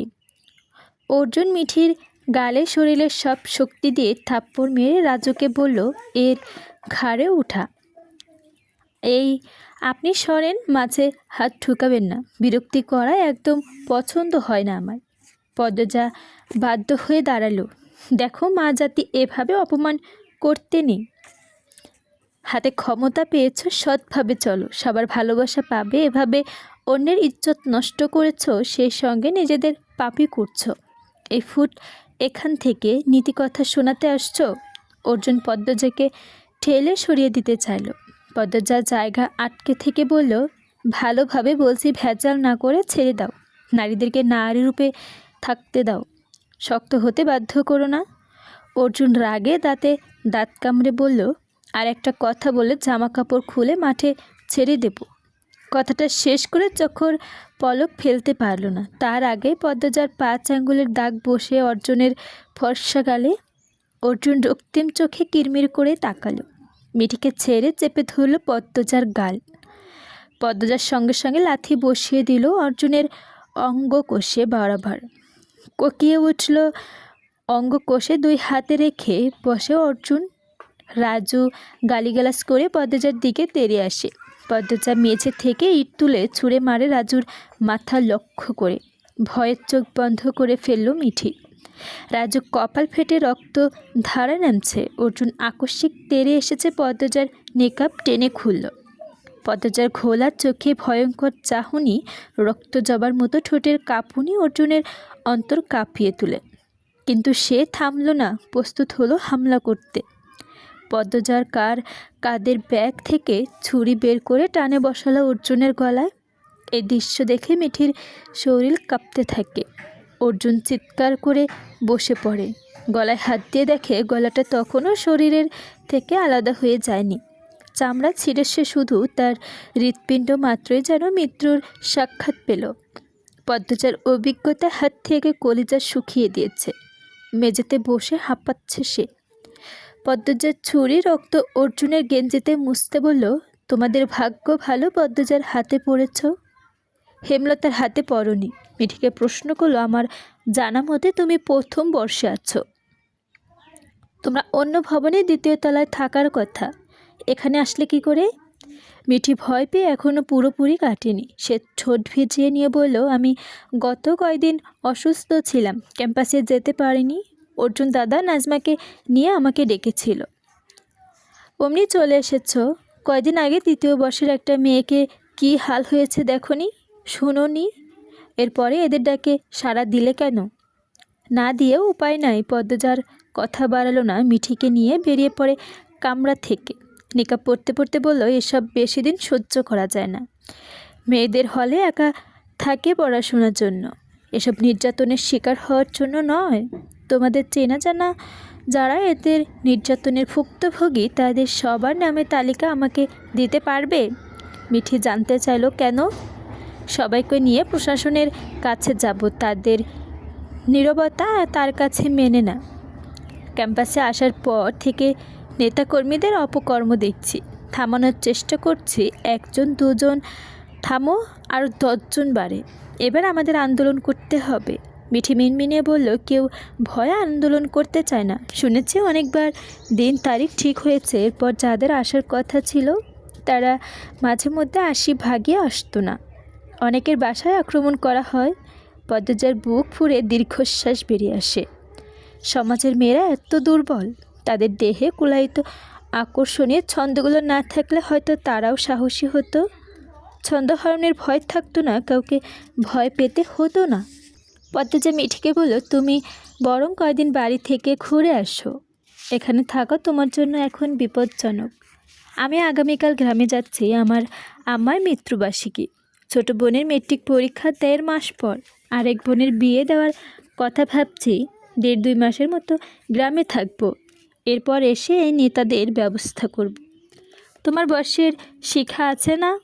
মেয়েটা বেশ সাহসী। ওর মতো আরও কয়টা মেয়ে পাশে থাকলেই হবে। তুমি যাও, এখন দ্রুত বাড়ি ফেরার চেষ্টা করো। যতক্ষণ এখানে আছো একা চলাফেরা করো না। শিখাও তো মনে হয় হলেই থাকে। জি, ওর সঙ্গে থেকেও কখনো কথা হয়নি। এখন তো ক্যাম্পাসে বোধ হয়। আচ্ছা, বিকালে আমি আবার আসবো, ওর সঙ্গে কথা বলবো। আমি আসছি এখন। পদ্মজা তাকালো। মিঠি পদ্মজাকে শক্ত করে জড়িয়ে ধরে কেঁদে ফেলল। ভেজা কণ্ঠে বলল, অনেক ধন্যবাদ তোমাকে। আমি খুব ভয় পেয়ে গিয়েছিলাম। বাচ্চার সংগ্রামে ভীতু হলে চলে না মিঠি। ভেবেছিলাম জীবনটা শেষ হয়ে গেলেই বুঝি। কখনো এমন ভাববে না, বিপদে সামর্থ্য মতো যা পারো করবে। শরীরের শক্তি নিশ্চয়ই কম না, মনের জোরটা কম। সেই জড়টা বাড়াবে। মনের জোর বাড়ে, টাকা লাগে না। কঠিন জীবন সহজ করে তোলার দায়িত্ব তোমার নিজেকেই নিতে হবে। মিঠি মাথা তুলে তাকালো, একটু সরে দাঁড়িয়ে চোখ দুটো মুছে বলল, দ্রুত ফিরবে পদ্মাপা? আমরা আমাদের নিরাপত্তার যুদ্ধে নামব। পদ্মজা হেসে বলল, ফিরব, দ্রুত ফিরব।